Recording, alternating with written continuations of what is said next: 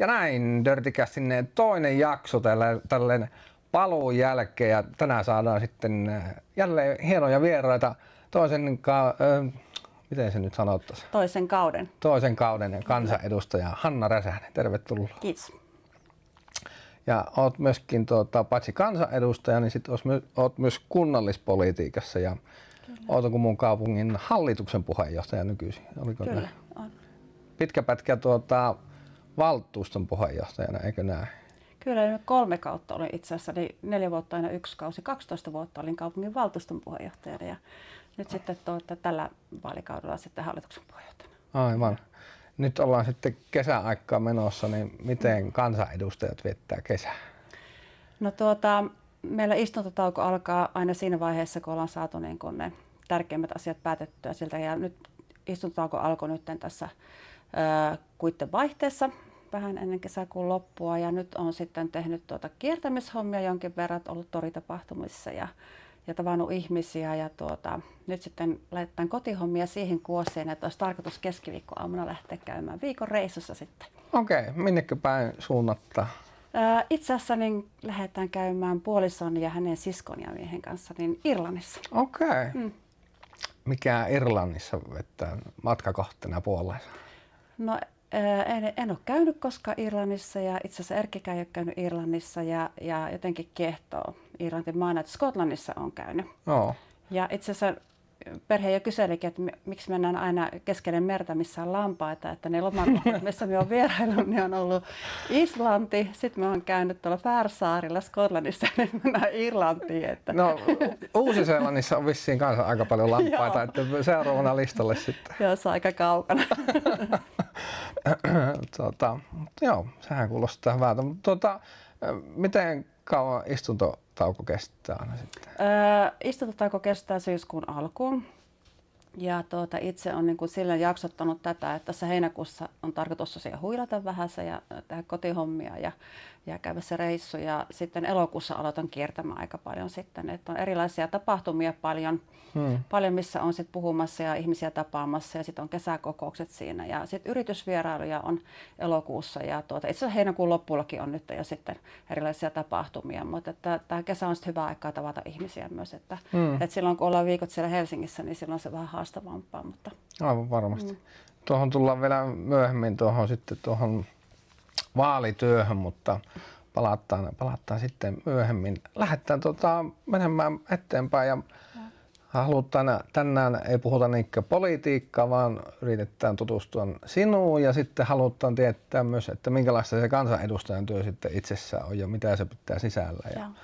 Ja toivottavasti saadaan sitten myöskin sinne kotisohville vastattua, niin siellä voi olla samoja kysymyksiä, mitä mulla on tullut ja täällä myöskin siellä on Dirtycastia käyty somessa seuraamassa, niin siellä tuli myöskin näitä yleisökysymyksiä ja niin vastaillaan niihin kanssa tässä samalla.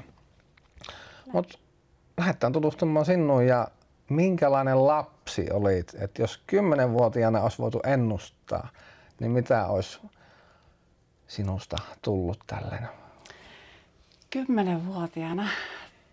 Mä oon ollut aina, tietysti mä oon asunut koko elämäni Outokummussa. Opiskelin tietysti välillä muualla, mutta ihan syntyperäinen outokumpulainen maalaistalon tyttö. Eli meillä oli eläimiä, meillä on hevosia ollut aina ja ollut koiria ja kissoja ja lampaita ja vuohia, lehmiä, kaikenlaista. Niin mä oon tosi eläinrakas aina, että tavallaan se maaseutu ja luonto ja ne eläimet on ollut aina lähellä sydäntä.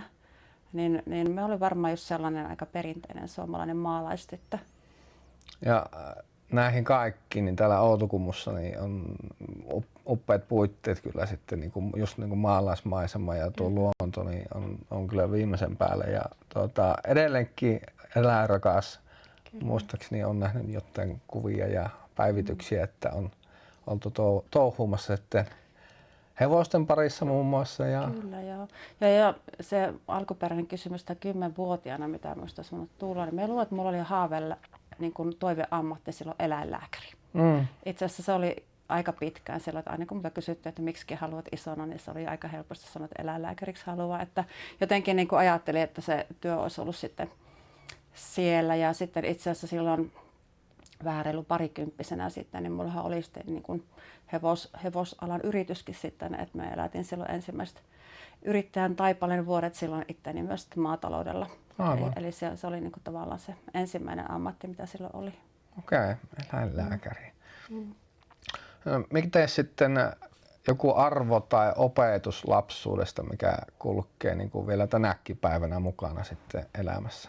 Tuleeko semmoista mieleen? No se on itse asiassa nyt jälkipäin ajateltuna sitten niin aika keskustalainen arvo, eli se on just tällainen viljelijä varjele ajattelumalli, että tavallaan kun se luonto ja maaseutu on ollut aina lähellä, niin tavallaan se ymmärrys siitä, että asiat ei mustavalkoisia, että se ei ole joko niin kuin täyssuojelu tai avohakkuu tai sitten ihan totaali kieltäytyminen mistään maatalouden tuotteista tai muuten, vaan lähinnä se on ollut sitten ajattelumalli siitä, että tavallaan niin kuin luonnon kanssa voidaan elää käsi kädessä myös niin, että luontoa hyödynnetään sitten. Että ehkä se nykyinen kouluttautuminen siihen metsätalousinsinööriksi pohjasi just myös sinne ajattelumalliin sitten, että luonnon kanssa voidaan elää rinnakkain niin, että molemmat pärjää, sekä ihminen että luonto.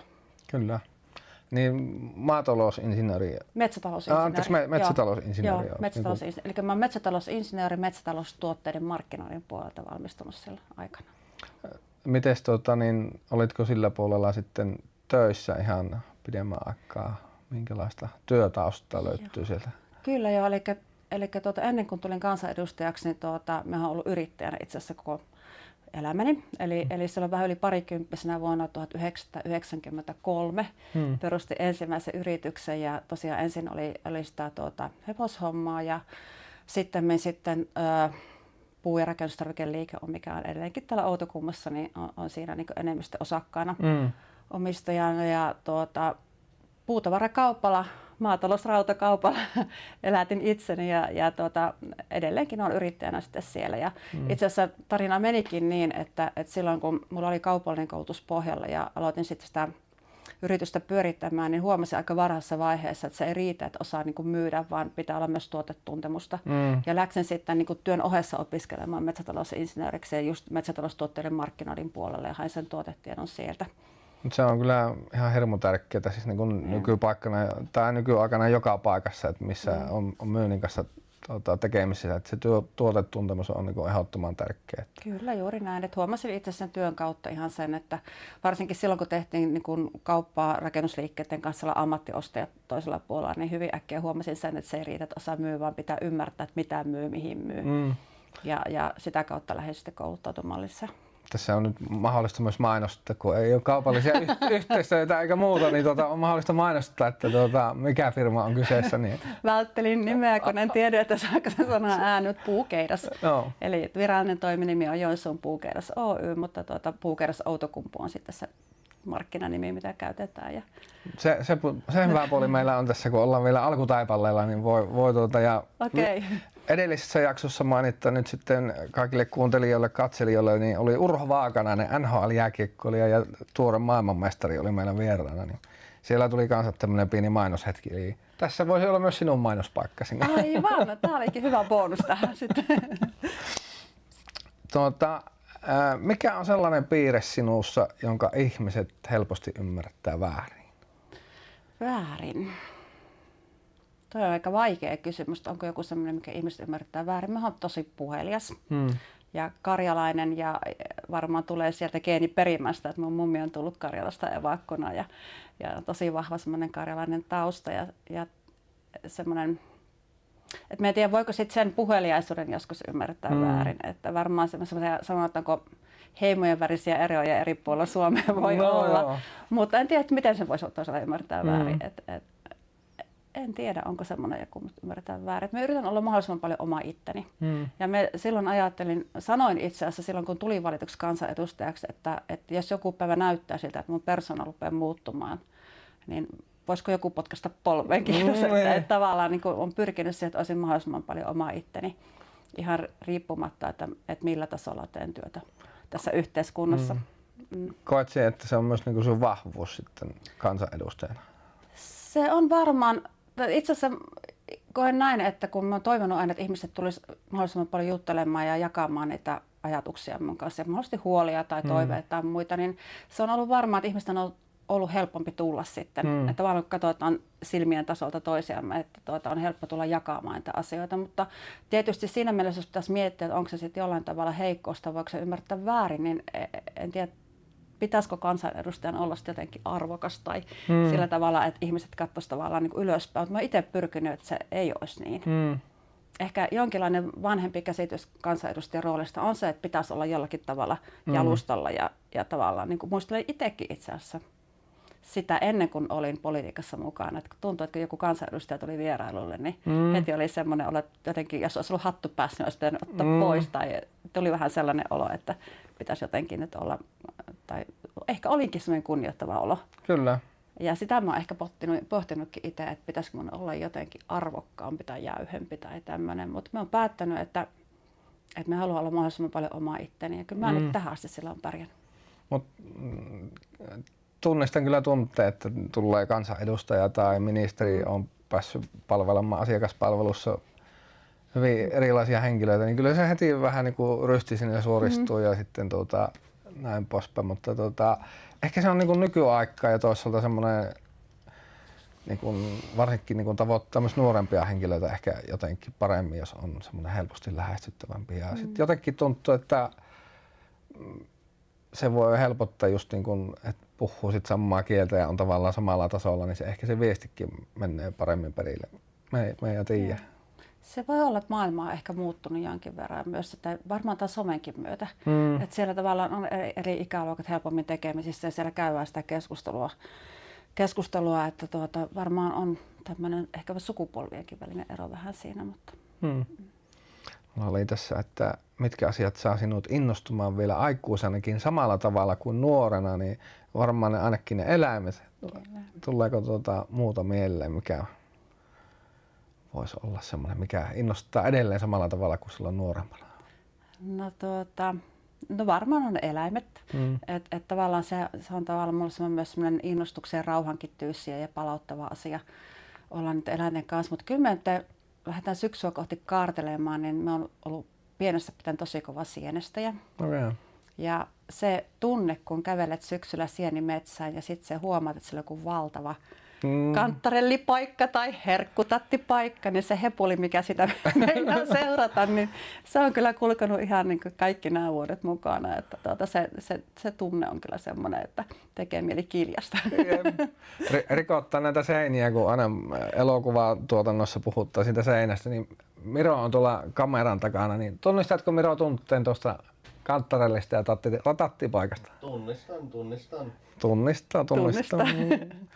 Ollaan niin porukassa käyty monena syksynä niin kerramassa tatteja, niin tunnistan enemmän kuin hyvin ja varmaan moni kuulijakin siellä.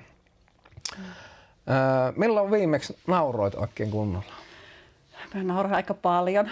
Sen voin uskoa. Ja ehkä mulla oli muutama päivä sitten mun paras ystävä vierailulla kotona meillä käymässä. Ja me ollaan kyllä siis sellaisia, että me nauretaan todella paljon. Nauretaan myös itsellemme, että tavallaan niin kun, silloin varmaan nauroin tosi hyvin taas. Se on enemmän kuin hyvä vastaus ja ystäville kiitos tästä. Onko joku kirja, elokuva tai ihminen, joka on eniten vaikuttanut sinun ajatteluun? Kirja, elokuva tai ihminen? No, jos lähtee historiasta ihan miettimään, niin en osaa ehkä sanoa sieltä, mutta kyllä mä sanon, että ihmisistä niin varmaan niin puolisoni Erkki on vaikuttanut ja ehkä tavallaan niin kun, jos tätä teemaa mietitään tätä kansanedustajana olemista ja muuta, niin me käydään myös siis sellaisia keskusteluja, että minusta on tosi hyvä hänen kanssa käydä niin kun, paitsi päivän politiikkaa joskus jutellaan aina, mutta myös sit hän on niin kuin hyvä aina maadottamaan asiat niin kuin kansankielelle. Et politiikassa on se huono puoli, että tavallaan hyvin äkkiä niiden asioiden ympärille kuplautuu ja niin kuin rupeaa miettimään sitä niin kuin poliittiselta kannalta ja niin kuin työn kannalta teknisesti niitä asioita. Kyllä. Ja kun nykypäivänä on todella tärkeää myös siis se, että osaat sanottaa ne asiat, kun asiat menee tosi hektisesti. Ja se, että jos sä teet sen työn siellä, niin se ei riitä, vaan se on osattavaa aika nopeasti jossakin somessa videon kautta tai sitten päivityksen kautta tai jotenkin sanottaa ihmisten kielelle, niin me aika usein sitten niin kuin käydään sitä, että miltä se asia näyttää sitten täältä niin kuin ihmisten kautta. Ja hän on todella hyvä niin kuin sit siinä miettimään ja sanottamaan niitä asioita, että miten ne sanotaan niin kuin ihmisen tasolla. Kyllä. Ja tämä on ollut koko tämän uran ajan niin tosi tärkeä polku ja on hyvä siis, että jalat pysyy maassa sitten. Tuo on kyllä totta, että sit, niin kuin jos katsoo vaikka niin kuin täysistuntoja tai muuta, niin sitten herkästi niin tulee semmoisia termejä ja se keskustelu on vähän korkealentoista siis sille, että siinä voi olla niin kuin, tämmöisellä tavantallukalla niin hankala hahmottaa, että mistä tässä nyt puhutaan, niin tuo on hyvä taito kyllä. Ja on. Ja tavallaan niin kuin se, että jos me esimerkiksi kirjoitan jonkun tekstin ja kun sen tekstinhän lukee ihminen, kuka ei tiedä taustoja eikä tiedä niitä, että miten joku lainsäädäntöprosessi on mennyt tai mikä siinä on, että se lyhyen tekstin pitäisi kuitenkin avata se asia, että se ei ole irrallinen niin kuin jostain taustasta, niin aika monta kertaa, kun mä oon Erikille näyttänyt, että jos et tätä asiaa tunne, etkä tiedä, luetaan teksti eka kerran, niin aukeako tämä asia niin kuin ollenkaan. Ja aika monta kertaa on tullut myös se vastausta, siis mitä? Et siinä vaiheessa voi sitten, että joo, ei aukea. Eli muutamme tätä hieman. Muutanpahan hieman ja kerron vähän taustaa. Että hyvin äkkiä niin itse kuplautuu ja olettaa, että kaikki tietää sen saman. Ja siinä muuten tulee aika äkkiä viestinnässäkin sitten se käppi, että hyvä tarkoitus oli, joka meni ihan pieleen. Tuo hommasin kyllä niin kuin kunnallispolitiikassakin. Itse olin mukana niin hyvin herkkään sitten, kun on käyty jossain vaikka rakennepalveluiden kokouksessa ennen kuin se tuo asia valtuustoon, niin sitten sit kun sitä valtuustossa asiaa selitettä, niin se itselle on päivänselvää, kun on saanut jo esittää ne tyhmät kysymykset sillä aikaisemmin. Totta. Niin sitten Outokummussakin oli paljon keskustelua just siitä, että minkä takia ei esimerkiksi valtuustossa keskustelua ole niin hirveästi, mutta kun ne on hyvin valmisteltu ja ne on jo aikaisemmissa kokouksissa ja sitten sillä lautakunnassa käyty sitä keskustelua, niin se herkkä jää itselle just semmoinen, että kun olet tavallaan jo sisällä siinä asiassa, niin sitten se, miten sen toisi niin kuin kansankielelle ja sitten se, että ylipäätään siitä puhuttaisiin. Niin. Juuri näin, ja tämä on just se, mitä niin kuin eduskunnassa on päivittää oikeastaan se viestinnän kanssa. Että muistettava aina, että se pitää joko taustottaa tosi hyvin se sanoma tai sitten olla sillä vissiin, että siitä pääsee äkkiä niin kuin perille. Tai sitten jos niin mediatiedotteen vaikka lähetään jostakin asiasta, niin tavallaan ei voi olettaa, että se toimittaja tietää etukäteen kaikki taustat. Jos siinä ei ole, niin pitää ainakin lähettää ohjeismateriaalit mukana, että mistä tästä nyt puhutaan. Ihan varmasti. Niin. Mikä taito sinulla on, joka suuri osa kuulijoista ei tiedä? Salaisia taitoja. No varmaan sitten sieltä, niin kun, en lähde nyt luettelemaan hevosparantaitoja, mutta jotakin, niin mä teen ihan jopa omastakin mielestäni niin todella hyvän makaronilaatikon. Okei. Se on sellainen salainen ase, että makaronilaatikkohan on varmaan hyvä kaiken kaikkiaan, mutta mulla on semmoinen makaronilaatikko, että sitä yleensä vieraat toivoo, että vaikka mitä ruokaa sä niin voitko tehdä sen tai sitten lasten kaverit tai että se on yleensä semmoista niin loppua myöten kaavitaan ja sitten itse asiassa kotona joskus toivettakin, että elää tee sitä, kun he syö liikaa. Se voi olla niinkin päin. Mikä siinä on sitten semmoinen salainen? Enpä kerro, se on salainen. Ei se ole salainen, muuten jos minä kertoisin sen. Vitsi tuo. Niin. Meidän pitää ottaa vielä joku toinenkin haastattelu joskus toisten. Niin tai sitten pitää tarjota sulle makaronilaatikkoa, jos et arvele. Totta, tämä on vielä parempi vaihtoehto. Mennään sitten tiehen kansan edustajaksi. Niin muistatko hetken, jolloin ensimmäisen kerran ajattelit, että voisit lähteä politiikkaan tai että haluaisit tehdä yhteiskunnallista työtä? Joo. Muistan. Me asuin niin kuin kerran, mä olisin ihan syntyperäinen outokumpulainen ja mä oon asunut täällä lähestulkoon aina. Mä asuin jonkinlaisen pätkän itse asiassa Ylämyllyllä. Ja sitten kun me muutin takaisin tänne Outokumpuun ja lapset oli silloin vielä isot tytöt oli pieniä ja aloin sitten niin kuin miettiä tätä Outokumpulaa kaupunkina, niin huomasin, miten rakasta on edelleenkin ja miten hyvät palvelut tällä myös lapsiperheille ja urheilukentät ja muut tuli tosi tutuksi ja muuta. Ja sitten tuli se hetki, että tavallaan lähdettiin keskustelemaan Outokummun kuntapolitiikassa Kuntaliitoksesta Joensuuhun. Eli se oli tämä Kataisen hallitus, joka silloin teki tämän suurkuntahankkeen, ja siinä olisi Outokumpu, Polvijärvi, Liperi ja Kontiolahti yhdistetty Joensuun. Ja silloin mulla syttyi tavallaan siis sellainen taisteluhenki, että mä en halua, että Outokumpu häviää maailmankartalta.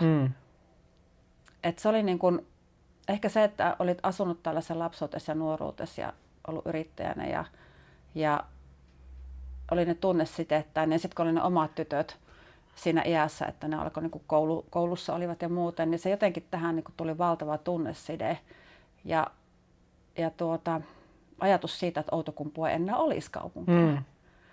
Niin se oli niin semmoinen, milloin me ajattelin, että nyt on pakko tehdä jotakin. Ja mä olin yrittäjänä siis silloin ja täällä Outokummussa ja oli tosi kiireinen yrittäjä arkea, mutta oli houkuteltu niin aikaisemminkin lähde kuntapolitiikkaan mukaan, mutta jotenkin ei vaan niin innostunut enkä kerinyt enkä jaksanut oikein ajatella kaiken muun ohessa.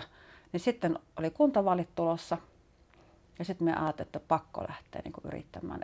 Ja me saatiin kyllä ihan todella hyvä porukka itse asiassa silloin niin keskustan listoille täällä ja tuli valituksi sitten. Mitä vuotta tämä niin on?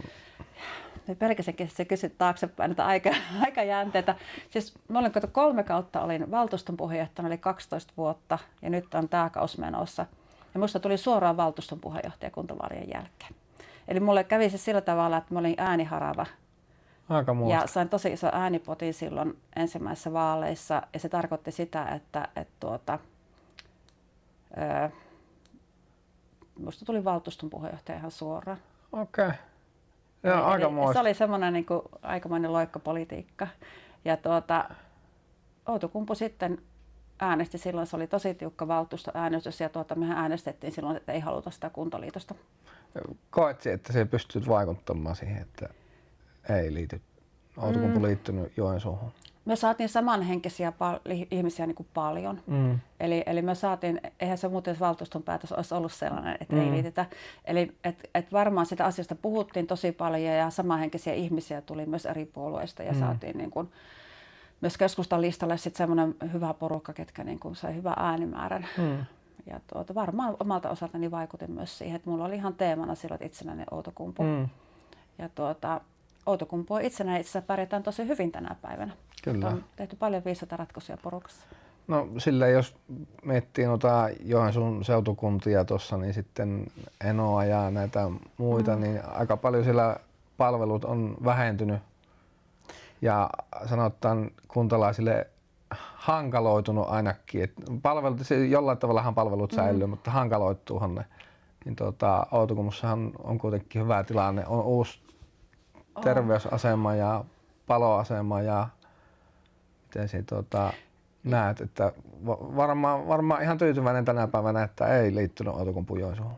Varmaan me luulen, että varmaan ei montakaan löytyisi sellaista outokumpulaista tällä hetkellä, joka haluaisi olla osa Joensuuta, koska niin nyt on oikeasti talouskunnossa. Toki tässä on niin kuin vuosien varrella pitänyt tehdä paljon erilaisia ratkaisuja ja on ollut tiukat ajat ja edelleenkin pitää niin kuin tosi tarkasti katsoa, että mitä tehdään. Mutta kyllä me niin kuin ajattelen, että se historia sinne taaksepäin, että se, että silloin muutkin itse asiassa kunnat teki. Joensuu taisi olla ainut muistaakseni silloin, joka teki sen päätöksen ja haluaa kuntaliitoksen ja muutkin kunnat torppasi sen. Ja sehän itse asiassa kaatui se Kataisen jättikuntahanke sitten sen jälkeen, että jos monta kuntaa on jäänyt koko Suomeen, että se oli semmoinen karttaharjoitus, mikä muistetaan kyllä vielä tänä päivänäkin. Mutta varmasti niin kuin kuntaliitoksia tulee niin kuin jatkossakin olemaan, mutta ne pitää olla aina niin kuin siis vapaaehtoispohjalta. Kyllä. Eli ei voi olla niitä ylhäältä päin sanellaan eduskunnasta, että nyt pitää tehdä kuntaliitoksia ja niin edelleen. Ja kyllä se väkisin on näin, että jos jostain pitää säästää, niin kyllä ne aika usein sitten on siellä suurkunnan laitemilta, mistä niitä palveluja lähdetään keskittämään. Et musta se oli todella viisas ja hyvä päätös silloin, että Outokumpu jäi taistelemaan ja on sen taistelun pärjännyt hyvin mun mielestä. Kyllä. Me ollaan ihan vakaa kunta ja meillä on valtavan hyvät palvelut suhteutettuna meidän väkimäärään. Kyllä, ihan samaa mieltä. Jos et olisi koskaan lähtenyt politiikkaan, niin millaista elämää uskoisit nyt elävän? Se on todella mielenkiintoisia kysymyksiä. Tässä on niin syvä sukellus minuuteen. Me olisin varmaan edelleenkin yrittäjänä sitten. Et tietysti mä olisin kerinyt sitä yrittäjän taivalta tehdä tässä aika paljon enemmän, että en tiedä minkälainen yritys olisi ja mitä olisin tehnyt, mutta olettavasti edelleenkin olisin outokumpulainen yrittäjä et yrittäjyys on mulla tosi vahvasti verissä ja luulen, että tavalla tai toisella niin se yrittäjyys seuraa kyllä halki elämän mukana. Koetsi, että yrittäjyydessä ja kansanedustajan työssä on jotain yhtäläisyyksiä? Koen.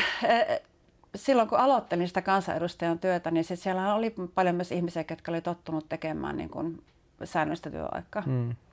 Ja kun kansanedustajan työ on sellainen, että siinä ei ole säännöllistä työaikaa, vaan se tehdään pitkää päivää. Toki jokainen niin kuin muokkaa omanlaisen allaka itselle, että siellä ei ole semmoista pakoomasta rutiinin allakkaa, vaan jokainen tekee työstään oman näköisessä. Mutta mä olin tavallaan tottunut siihen, että mulla ei ole selkeää työaikaa yrittäjänä ollessakaan, eikä ollut myöskään lomia.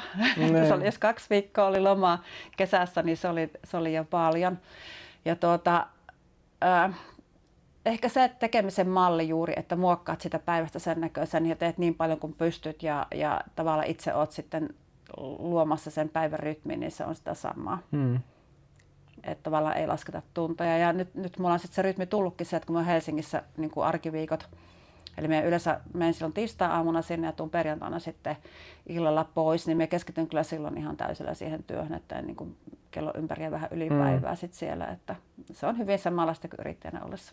No, siltä se kyllä vahvasti kuulostaakin.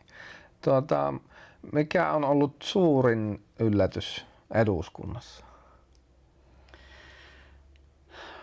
No siis silloin kun menin siellä, niin sehän ei itse asiassa näy paljon ollenkaan ulospäin se työ, mitä siellä tehdään taustalla. Se oikeastaan se mielikuva on se istuntosali.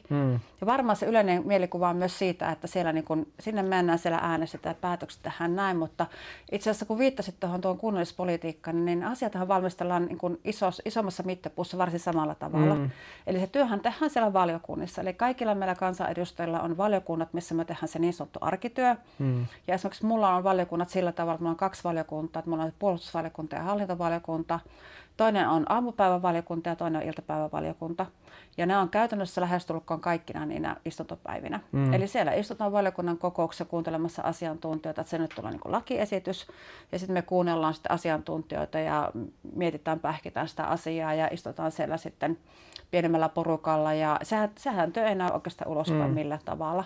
Eli se on aika niin kuin raakkaa, ihan normaalia puurtamista ja tietysti sitten ohessa tulee aika paljon kaikkia muita kokouksia siihen.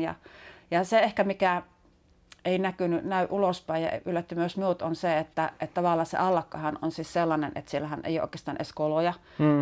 Eli jos haluat syödä, niin sinun pitää lähteä kesken jostakin ja mennä myöhässä johonkin.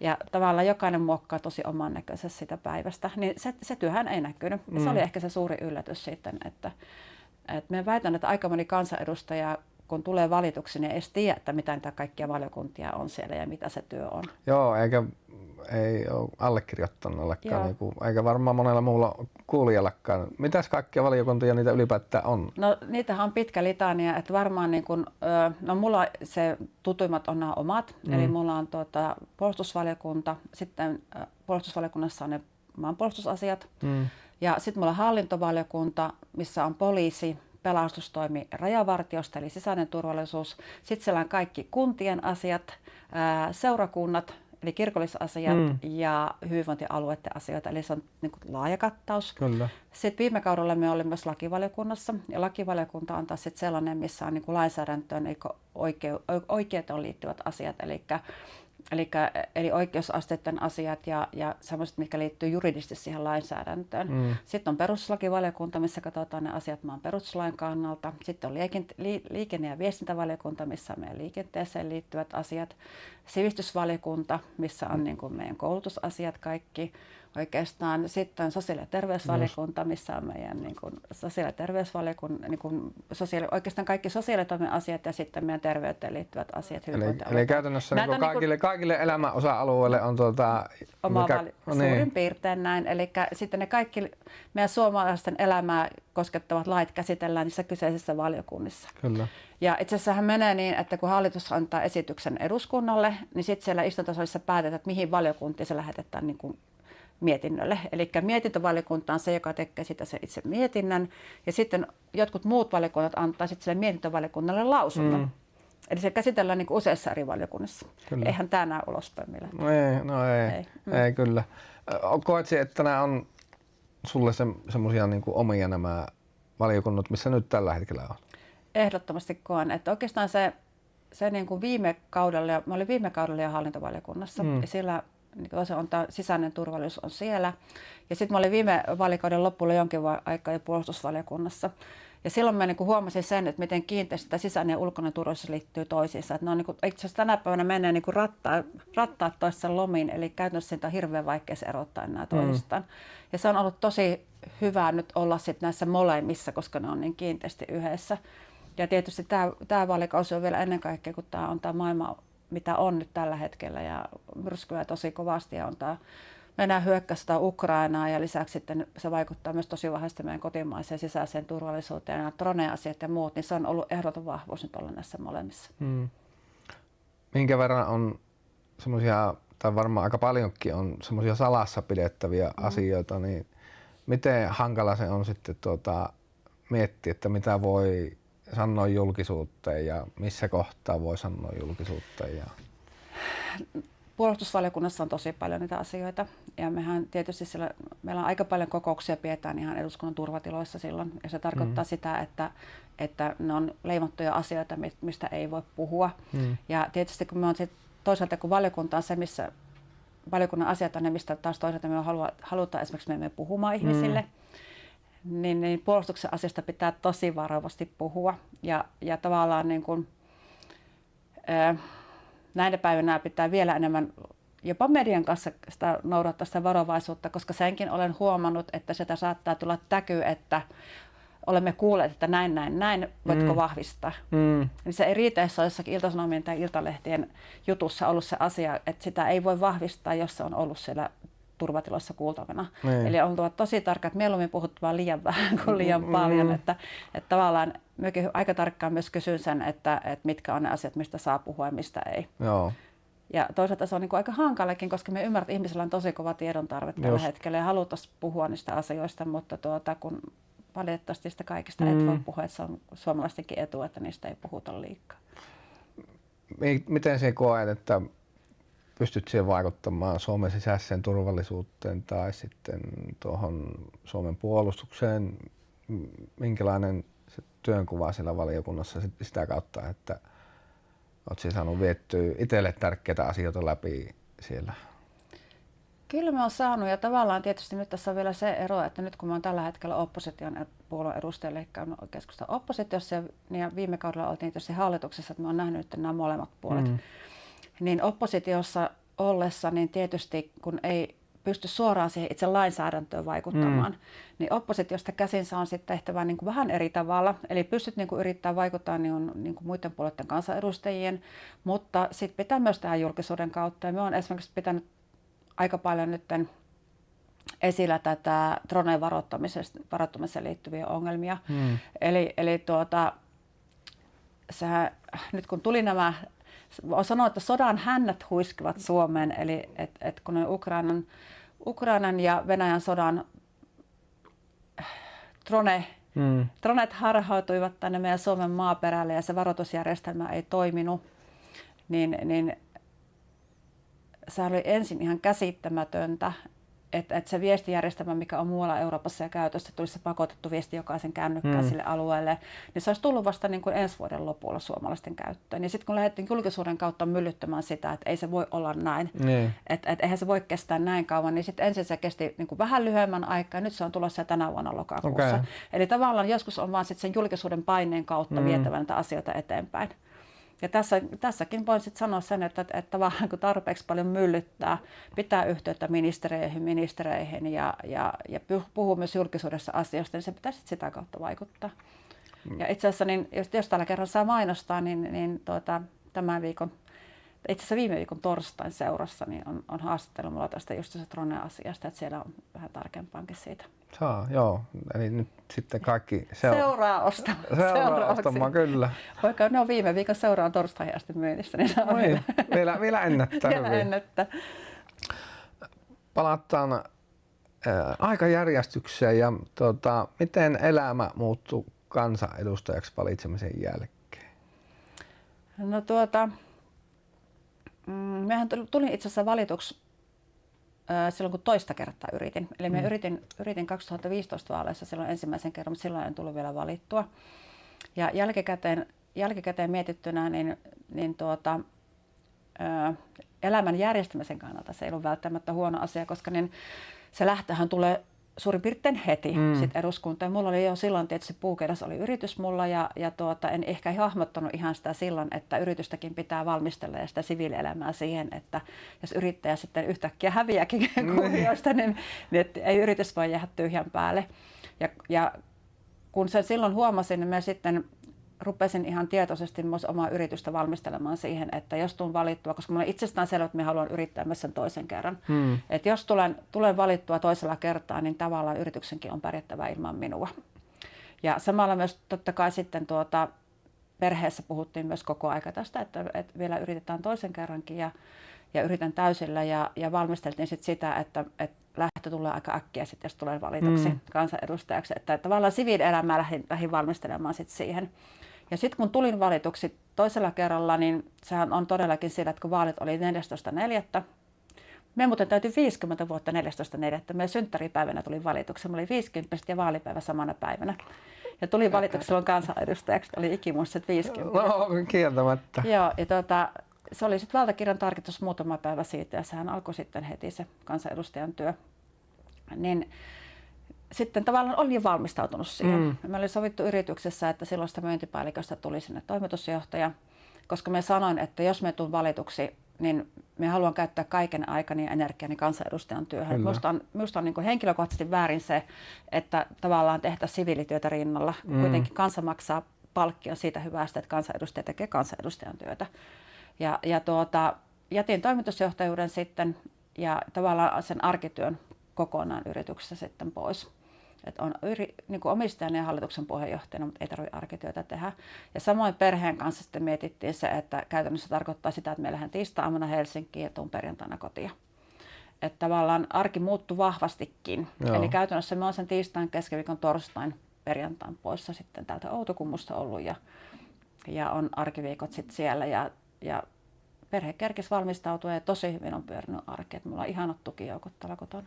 Ja matkaa tulee taitettua ihan reilulla kädellä sitten. Joo, nythän lennot menee aika hyvin nytten. Eli tiistai-aamuna lennän Helsinkiin ja perjantaina lennän pois, mutta viime vaalikaudellahan oli tämä korona esimerkiksi, sehän oli kovin erilaista. Eli silloinhan julkisia ei käytetty ollenkaan, että silloin kun olin omalla autolla. Ja toki etätyötähän voitiin tehdä viime kaudella. Mehän myös silloin korona-aikana pidettiin etäkokouksiakin eduskunnassa sitten ja se tavallaan muokkautui sitten siihen korona-aikaan, mutta nyt etäkokouksia on tosi vähän, että ne on pääasiassa livenä kaikki Helsingissä. Ja sieltä asunto vuokralle vaan? Joo, mulla on vuokra-asunto. Itse asiassa sama vuokra-asunto on ollut siinä nyt eduskunnan lähellä ihan koko ajan. Kävelymatkan päässä? On, en ihan siinä aika lähellä. Me olemme 5 minuuttia. Ai et. Se on tosi lähellä. Ilahottava työmatka. On. Miten sitten, muuttuko ihmissuhteessa jotain kansanedustajas valihtamisen myötä? No oikeastaan ei. Ei muuttunut, että ne hyvät ystävyyssuhteet on säilynyt ja perheen tuki on edelleenkin olemassa ja ei oikeastaan muuttunut. Ehkä tietysti sitten niin kun, niitä ihmiskontakteja tulee paljon enemmän. Et tavallaan tapaan tosi paljon ihmisiä ja tietysti kun tämä on palveluammatti tämä kansanedustajan työ, niin mä oon aina sanonut, että aina kun minä olen ihmisten ilmalle, niin minä olen myös töissä silloin. Eli kun menen K-kauppaan, niin me varaan itse asiassa nykyään aika paljon aikaa kaupassa käyntiin. Niin, että mulla on sellainen kierros, että se alkaa sitä hedelmähyllyltä ja kestää sitä kassalle ja pysähtyy aika monta kertaa. Että aina kun mä oon ihmisten ilmalla, niin mä oon silloin jututettavana myös. Sitten joskus on semmoinen päivä, että on semmoinen olo, että ei pysty eikä jaksa, niin sitten me ei lähde kauppaan. Sitten me käy vaikka Erkkikaupassa ja niitä päiviä on tosi vähän. Että, julkista työtä, mutta kuulostaa hyvin samanlaiselta kuin sitten julkisuuden henkilöillä muillakin, että kun on paljon esillä, niin joutuu kohtaamaan nimenomaan siis välillä saa varmasti kohdata ihmisiä, mutta välillä meillä kaikilla on niitä päiviä, että joutuu kohtaamaan ihmisiä, niin onko ollut jotain haitta-ilmiöitä sitten, onko tullut niin kuin häiriöitä tai muita tässä vuosien aikana ja minkälaista palautetta ylipäätään tullaan? Mulla on, siis, nyt täytyy puuta koputtaa, missä täällä lähin ja niin, me on kyllä päässyt tosi helpolla, siis vähällä sillä, että meillä ei, niin kuin, täytyy sanoa, että ei ole ollut siis sellaisia niin kuin pahoja tilanteita montakaan, että olisi ollut sellainen olo, että pitää niin kuin väistää. Tai yhden kerran on ollut kaupassa siis sillä tavalla, että piti käydä kaupan henkilökunnalle pyytämässä, että nyt on tämmöinen tilanne, että en pääse eteenpäin kaupassa, että oli siis henkilö, kuka ei laskenut kärrin kanssa etenemään ja oli tosi paljon asiaa. Että ensimmäisen kerran tuli silloin sellainen olo, että nyt tarvin apuja. Mutta se on ollut yhden ainoan kerran ja puhelimen kautta on tullut muutaman kerran siis sellainen olo, että ei ollut kiva, että yhden kerran sai sellaisen puhelun, että mieshenkilö soitti ja sanoi, että onko kansanedustaja Hanna Räsänen. Ja mielestäni, joo, kyllä on puhelimessa. Sanottiin, että soitin vaan sanoakseni, että olet muuten lihonut. Ei mulla muuta.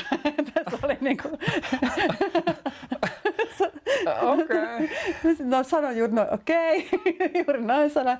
Itse asiassa mietin, että ei tunnu missä näyttää tuntua, koska se vieläkin muistan. Ja sekin oli vain yksi kerta. Hän vaan ajatteli asiakseen ilmoittaa tämän. Asiakseen ilmoitti vielä varmistaa, että onhan minä puhelimessa. Tämä ei voi mennä sivukäsien kautta tämä viesti perille. Että... niin saattaa, että ei mene muuta perille. Todella vähän on tullut sellaista negatiivista. Se on hyvä kuulla. Ja osaattaa suomalaiset myös käyttäytyä. Kyllä. Mutta tosiaan ehkä se on siis sillä, että meillä on itsekään sellainen hirmuinen räyhään henki, että provosoisin ihmisiä. Että ei ole. Niin ja sitten se on ehkä myös hankala provosoida niin kuin, tai ihmisten provosoituakaan, että kun sinä et ole provosoiva henkilö, etkä sinä ole provosoituva henkilö, niin hankala, jos ei löyä semmoisia koukulle paikkaa, että isken tuohon ja yritän sillä vähän nykiä tälle ja ärsyttää. Niin. Ja itse asiassa niin totta kai mulla esimerkiksi somessa, niin mehän otan aika vahvasti kantaa ja pidän myös aika räväköitä puheita eduskunnassa. Ja totta kai niihin tulee sitten kommentteja paljonkin. Että niissä sitten ollaan paljon puolueesta eri mieltä ja ulostulosta eri mieltä ja politiikasta eri mieltä, mutta sitä me ei edes laske mukaan. Eli se on sitä normaalia. Että käytännössä niin kun, silloin mä se huolissani, jos kukaan ei tarttuisi niihin, koska mun tavoitekin on se, että me puolustaa raivokkaasti Itä-Suomea ja meidän elämäntapaa ja ihmisiä ja moitin hallitusta silloin, kun on moitittavaa ja niin edelleen. Ja silloin on hyväkin, että siellä käydään sitä keskustelua. Mä tykkään sitä, että somessa käydään niin myös räväkkää asiallista keskustelua ja ollaan asioista eri mieltä. Ja jos joku sanoo siellä sit sillä tavalla, että kun me sanon vaikka, että Karjalan rata on saatava kuntoon, ja joku sanoo, että ei kun Turun tunnin juna, niin me on valmis taistelemaan asiasta. Kyllä. Ja, se ei ole, niin kuin, me ei laske sitä minkälaiseksi niin kuin ikäväksi. Päinvastoin se kuuluu tähän työhön. Että sit ikävä on sit sellainen, että tavallaan just, jos lähdetään niin kuin menemään henkilöön tai perheeseen tai johonkin semmoiseen, mikä ei kuulu mun työhön, niin se on se ikävä sitten, mutta sitä mulla on tullut vähän. Mutta politiikasta on valmis ottamaan matsia kyllä milloin vaan. Kyllä. Ja no hyvä, jos pysyy se keskustelu semmoisena asiallisena siellä somen puolellakin, mutta se on välillä kyllä ihan villilänsi sitten. Tulee ihan satunnaisia postauksia sieltä täältä, kyllä. Keskusteluavauksia josta, niin sitten sillä on kyllä aika villiä se keskustelu, mutta toisaalta popcornia siihen ja sitten mennään seuraamaan, että mitäs kaikkea täällä, että voiko tälläkin tavalla ajatella asioista, mutta Joo, ja sitten esimerkiksi jossakin Facebookissa, jos johonkin mun poliittisen kommenttiin, josta puhutaan, joku tulee kommentoimaan jotakin niin kuin asiatonta, mikä liittyy johonkin sukupuoleen tai johonkin epäsiveeseen asiaan, niin sitten mä niin kuin pokkaan ja estän hänet. Että siellä on tosi paljon esimerkiksi trolleja, mitkä ei ole edes oikeita ihmisiä, vaan trolleja, minkä tehtävä onkin vaan häiriköä ja ärsyttää. Kyllä. Niin ei tarvitse tulla sinne minun profiiliin sitten. Että se on niin kuin... Lisääntyvissä määrin on muuten itsekin kiinnittänyt huomioon, että sitten on tähän trollien määrää, että esimerkiksi sitten niin kuin tämmöistä Venäjän vähän niin kuin propagandan tyyppistä tekstiä tulee sieltä ja sitten siellä on hyvin samanlaisia kommentteja, kaikki samanlaisella mielentilalla siellä ja sitten katot profiilia, niin siellä ei ole välttämättä mitään tietoja ja se on vasta luotu. Juuri näin. Ja sitten saattaa olla kirjoitusvirheitä ja sitten huomaa niinku erilaisista, aikamoista median niinku lukutaitoa vaatii nykypäivänä. Kyllä. Niinku myöskin sosiaalisessa mediassa. Tästä voisi mennä sitten vielä tekoälyn myötä vielä pidemmälle, mutta pysyttäydytään nyt näissä aiheissa. Jos saisit aloittaa kansanedustajauran alusta, niin tekisitkö jotain eri tavalla, mitä olet tähän asti tehnyt?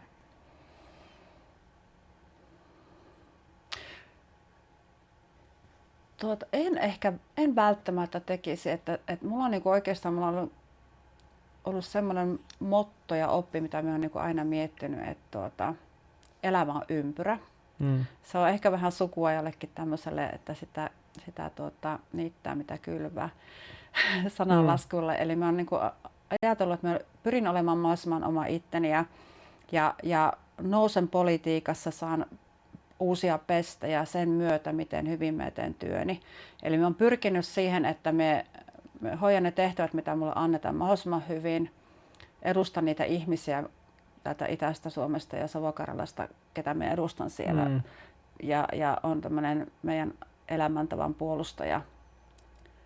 Ja se työ tavallaan kantaa minua sit eteenpäin. Et se, mitä mä oon joskus miettinyt, että politiikassahan voidaan mennä myös kyynärpäällä eteenpäin. Eli on myös sellaisia oikoteitä, mitkä johtaa sitten jonnekin, että mikä on sitten se toimintamalli, mikä on hyvä. Mutta mä oon ajatellut näin, että mä oon valinnut sen tien, että sen työn tekemisen kautta me saan ne pestit, mitä mulle on tulevaisuudessa tulossa. En ehkä lähtisi silti muuttamaan sitä tekemisen mallia, koska me luotan edelleenkin siihen, että elämä on ympyrä ja kaikki kiertää meille vastaan enemmän tai myöhemmin. Se voi olla päivä, viikko, vuosi, milloin se tulee vastaan, mutta se tulee joku päivä. Kyllä. Vähän ollaan käytykin tässä, että miltä aivan tavallinen työpäivä näyttää, mutta käytti just, että sitä työtä siellä valiokunnassa. Tuleeko mieleen jotta lisättäviä tähän työpäivään, mitä se kansanedustajalla pitää sisällään? No oikeastaan ne ihan perusrutiinipäivät on, niin, kun ne just se valiokunnat ja sitten täysistunto alkaa iltapäivällä, mutta sitten meillä on tosi paljon erilaisia tapaamispyyntöjä ja kaikkia oheispalavereita, mitä on. Ja jokainen kansanedustaja tekee alkasta ihan oman näköisen. Ja mulla on tosi hyvä eduskunta-avustaja, että mä niin kuin Mikko avustaa niin kuin minua ja sitten toista kansanedustajaa kanssa hän jakaa se työajan. Ja Mikon kanssa on pyritty se minun allakka niin kuin muokkaamaan siis sillä tavalla, että me niihin väleihin otetaan niitä tapaamisia ja että me muistan syödä jossain välissä ja niin edelleen. Eli se kansanedustajan päivä ainakin minun kohdalla täyttyy siis sillä tavalla, että me koko ajan tasapainoilla näiden tapaamisten ja valiokuntien ja kokousten kanssa sitten aika tarkkaan.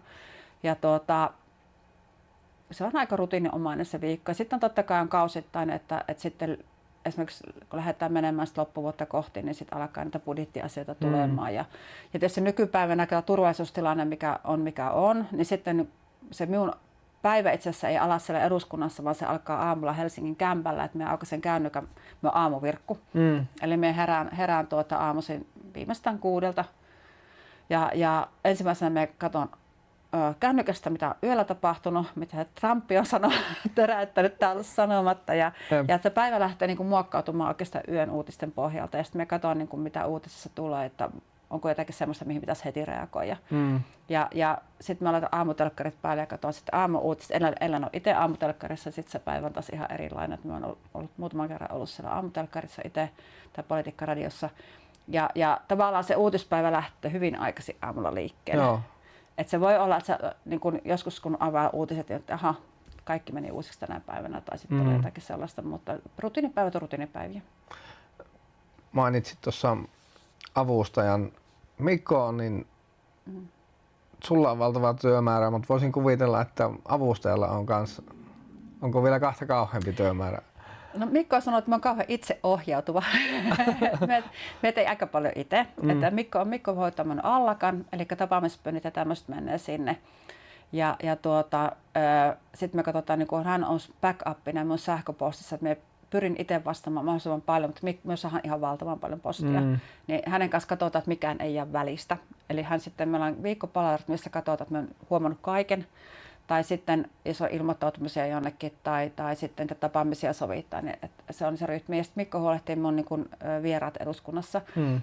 Eli meillähän periaatteessa tässähän sai mainostaa, eli me voin milloin tahansa ottaa 5 henkilökohtaista vierasta eduskuntaan, eli jos täältäkin Outokummusta liikkuu porukkaa Helsingistä, niin ottakaa yhteyttä, niin haetaan turvasta ja tervetuloa käymään tupatarkastuksella eduskunnassa. Eli me voin niin kuin lyhyellekin aikajänteellä ottaa sinne vieraita, mutta sitten jos on niin kuin isompia vierasryhmiä, niin Mikko sopii ne talolle sinne, ja myös sitten hän hakee ne vieraat sitä turvatarkastuksessa ja palauttaa sinne, eli pyörittää sitten sitä. Eli nyt kannattaa laittaa koodia Hannalle niin sitten vierailulla eduskuntaan. Ei kun lupatarkastukselle. Kyllä. Tässä ollaankin vähän sivupolkuja pitkin käyty useampi kysymys jo läpi, mutta se ei haittaa yhtään mitään. Annetaan keskustelun virota ja tälleen. Tämä on ehkä kaikkein paraskin. Ja vähän pallaan tuohon vielä, että se on hyvä, että ollaan niin kuin asioista eri mieltä ja asiat herättää keskustelua, niin kuin esimerkiksi sanoit sosiaalisesta mediasta, niin kun sovittiin tätä tapaamistakin, niin oli just se, että jos ollaan jostain asiasta eri mieltä, niin sehän on aina vaan parempi myös tälle podcastillekin, että se herättää mielenkiintoa, se herättää puolesta ja vastaan tunteita, niin että uskallattaa olla eri mieltä, että kunhan asiallisesti yrittää niin kuin asiansa ilmaista, että se on niin kuin taito sekin. Mikä on kansanedustajan työn vaikein osa, josta ei välttämättä puhuta? Tuleeko jotain mieleen? Vaikein osa, mistä ei puhuta.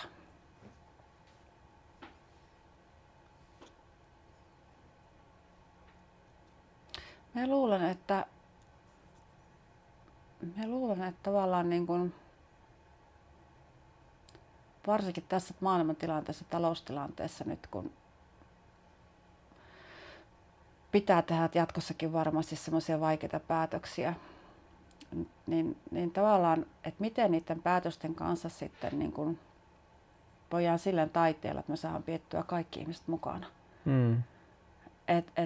Tällä vaalikaudella niin kuin on tullut paljon edellisiä päätöksiä ja leikkauspäätöksiä ja tietysti niin kuin sanoin, että oppositiossa työn tekeminen on tosi paljon erilaisempaa kuin hallituspuolueen kansanedustajana, niin oppositiossa kun tavallaan sulla ei ole mahdollisuutta puuttua sitten niiden päätösten sisältöön, niin se on aika tuskasta sitten sivusta seurata ja tehdä sitä työtä, että voit yrittää vaikuttaa niin paljon kuin voit. Mutta sitten kun tavallaan oletusarvo on ihmisellä se, että kun olet kansanedustaja, niin sulla on kyky periaatteessa vaikuttaa kaikkeen. Ja nyt kun opposition kansanedustajana on sitten se tilanne, että et voi vaikuttaa kaikkeen, koska se on laskettu se eduskunnan voimasuhteet niin, että hallituspuolella enemmistönä heidän päätökset menee aina läpi. Niin ainut tapa, millä voit vaikuttaa, niin on sitten se, että yrität julkisuuden kautta paukuttaa. Ja ensin juosta eduskunnassa perässä ja yrität jonkun ministerin saada käytävällä kiinni tai avustaja ja sitten yrität, niin kun, jos se ei auta, niin julkisuuden kautta. Koska itse asiassa valiokuntatyössäkin on hirveän vaikea vaikuttaa, koska niin valiokunnissakin enemmistö on sitten näillä hallituspuolueiden edustajilla. Aivan. Eli tavallaan sielläkin päätökset tehdään sillä tavalla, että ne menee sitten hallituspuolueiden enemmistöllä läpi. Niin oppositiosta käsin se on joskus niin kuin tukahduttavaa se, että kun haluaisi niin paljon enemmän saada aikaiseksi, että pysty. Ja sitten on joitakin tällaisia asioita, niin kun, mitkä vaikuttanut tälläkin vaalikaudella tosi vahvasti ihmisten niin kun konkreettisesti elämään, kun on tehty leikkauksia ja muita. Niin se, että tavallaan kun aidosti, me saa tosi paljon yhteydenottoja ihmisiltä eri asioista ja siis semmoista henkilökohtaisista asioista heidän elämässä. Ja nyt kun on ollut sit sellaisia, että kun ihminen on soittanut vaikka itkun kanssa siitä, että nyt on käynyt tämmöinen, että hän oli ajatellut kouluttautua ammatissa eteenpäin, että hän ei jaksa eikä pysty tekemään nykyistä työtään. Ja hän meinasi vaikka aikuiskoulutus tuolla kouluttautua. Ja nyt se tuki lakkaa ja ihminen itkee niin kuin puhelimessa, että voitko Hanna tehdä jotakin. Niin sitten se on tavallaan se kyky tai niin kuin tunne siitä, että kun tietää, että se tulee menemään läpi, koska se on se hallituksen esitys. Ja sitten kun tietää, mitä se vaikuttaa konkreettisen ihmisen elämään, niin siitä tulee niin kuin voimaton olo. Minkälaista se on sitten tehdä 4 vuotta töitä, kun ei pysty samalla tavalla vaikuttamaan? No se on sitä, että pitää tietysti yrittää kaikilla näillä keinoilla, mitä äsken sanoin, vaikuttaa, mutta myös sit se, että tavallaan niin kuin tähdätä sit sinne 4 vuoden päähän.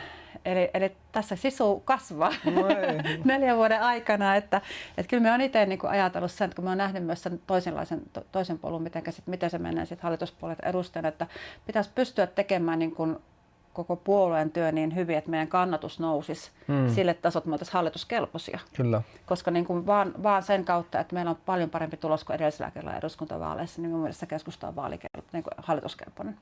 Eli samalla tuloksella tai heikolla tuloksella niin kansalaisille on osoittanut, että teidän paikka ei ole hallituksessa. Käytännössä pitäisi koko puolueen kannatusta nousta, plus sitten pitäisi oma tulos olla niin hyvä, että menisin läpi myös seuraavissa vaaleissa, että olisin sitten mukana siellä hallitusneuvotteluissa. Et käytännössä niin sekin muuten, kun kysyt äsken, että mikä ei näy ulospäin, niin on se, että tavallaan, kun mä oon saanut käydä myös sen polun läpi, että miten se hallitus muodostetaan, että mä olin silloin heti ensimmäisen eduskuntavaalien jälkeen, niin mä olin hallitusneuvottelijana. Eli mä olin ensimmäisen kauden kansanedustaja, me oltiin just valittu silloin eduskuntaan. Ja Sipilän Juha oli silloin vielä niin kuin meidän puolueen puheenjohtajana ja me tunsin Juhan myös niin kuin, ennen eduskuntaa. Ja Juha tietysti on yrittäjätaustan. Niin Sipilän Juha laittoi minut sinne yhteen pääneuvottelupöytään neuvottelemaan elinvoimasta Suomesta. Silloin oli Antti Rantakangas, nykyään edesmennyt, oli silloin kansanedustajana ja mä olin hallitusneuvottelijana silloin siellä Säätytalolla. Ja tavallaan näin sen, että miten se muodostuu, että silloin kun siellä lähdetään neuvottelemaan se hallitusohjelma, niin se on sitten se epistola, mitä seurataan koko se 4 vuotta. Ja ne asiat, mitä silloin hallitusneuvottelussa Säätytalolla saadaan sinne ohjelmaan, niin se on se hetki, milloin vaikutetaan. Aivan. Eli me saatiin silloin muun muassa niin kuin minunkin käsien kautta sinne suoraan pohjoiskarjalaisia lauseita sinne hallitusohjelmaan, mitä sitten neuvoteltiin tai noudatettiin seuraavat 4 vuotta. Eli tavallaan ymmärrys siitä, että pystyy vaikuttamaan, niin pitää olla semmoinen kannatus, että ollaan sitten siellä Säätytalolla ja saadaan ne Itä-Suomelle tärkeät asiat sinne hallitusohjelmaan, mitä noudatetaan 4 vuotta. On se. Pitkällä tähtäimellä saa tehdä töitä. Niin, mutta se auttaa sitten niin kuin jaksamaan tavallaan ja tavallaan, että tavallaan nyt osataan nostaa niitä asioita esille, pitää ääntä, mutta tavoite on sitten siellä. Miten tuli tästä vaan mieleen, että miten tarkkaan puolueessa sitten mietitään just niin kuin niitä tärkeitä asioita tai mitä halutaan tuoda esille ja miten niitä tuodaan esille, että onko siellä joku markkinointitiimi erikseen miettimässä, että miten joku saadaan mahdollisimman myyväksi ideaksi tai miten se purisi mahdollisimman hyvin ihmisiin. Tämä on itse ainakin kiinnostunut, että kun ei ole päässyt näkemään sinne taustalle. Että tarkoitat sen niin kuin tällä hetkellä julkisuudessa olevissa asioista vai tarkoitat se, että miten me ne asiat saadaan neuvoteltua sitten myyvästi sinne hallitusohjelmaan nimenomaan silleen, että kun se tuo niin kuin ihmisille ja silleen, että niin kuin äänestäjille, että saataisiin mahdollisimman hyvin äänestäjät teidän taakse ja sen idean taakse. No mä luulen, että itäsuomalaisille ihmisille ne asiat on varsin selkeitä täällä. Et meillä on se saavutettavuus, se on ihan niin kuin, että tavallaan me puhutaan vain se ihmisten arkiasioista, ei se ole mitään ydinfysiikkaa. Puhutaan aidosti niistä ihmisille tärkeistä asioista. Ongelmahan tässä on niin kuin se, että kun suurin osa kansanedustajistahan tulee sieltä Etelä-Suomesta. Eli se on vain fakta, että sieltä suurista kaupungeista ja Etelä-Suomen kasvualueelta tullaan niin kuin suurten puolueiden suuri osa kansanedustajista, niin tavallaan heillä on se vaakakupissa se painoarvo silloin, että se pitäisi saada niin kuin tämä meidän itäsuomalaisten ihmisten ääni kuuluville paremmin, niin meille tärkeitä asioiden ääni. Että tavallaan niin kuin tässä maailman tilanteessa varsinkin tämä rajaseutu ja nimenomaan tämä Pohjois-Karjala ja rajamaakuntien ja Savo-Karjalan asiat, niin nehän on koko Suomen asioita. Ja ehkä niistä on nyt tämänkin vaalikauden mittaan puhuttu myös sitten enemmän sen rummuttamisen kautta. Mutta tavallaan ne teot, esimerkiksi niin tämä erityistalousalue, mistä on paljon puhuttu, niin nythän se on niin nostettu Bromanin Harrin avulla niin esille, mutta tavallaan aika loppuu nyt kesken, että se on joka tapauksessa sitten seuraavassa hallitusohjelmassa oltavia seuraavalla vaalikaudella. Joo, just tuli mieleen tämä. Niin, eli että aika loppuu vaan kesken, 4 vuotta mennään aika äkkiä. Niin siis puhutaan meidän ihmisille tärkeistä asioista. Mutta se pitäisi niin kuin, se tietysti, mitä yksittäisesti ihmiset voi tehdä Pohjois-Karjalassa ja Savo-Karjalassa, niin äänestää. Meillä on ollut älyttömän pieni äänestysprosentti.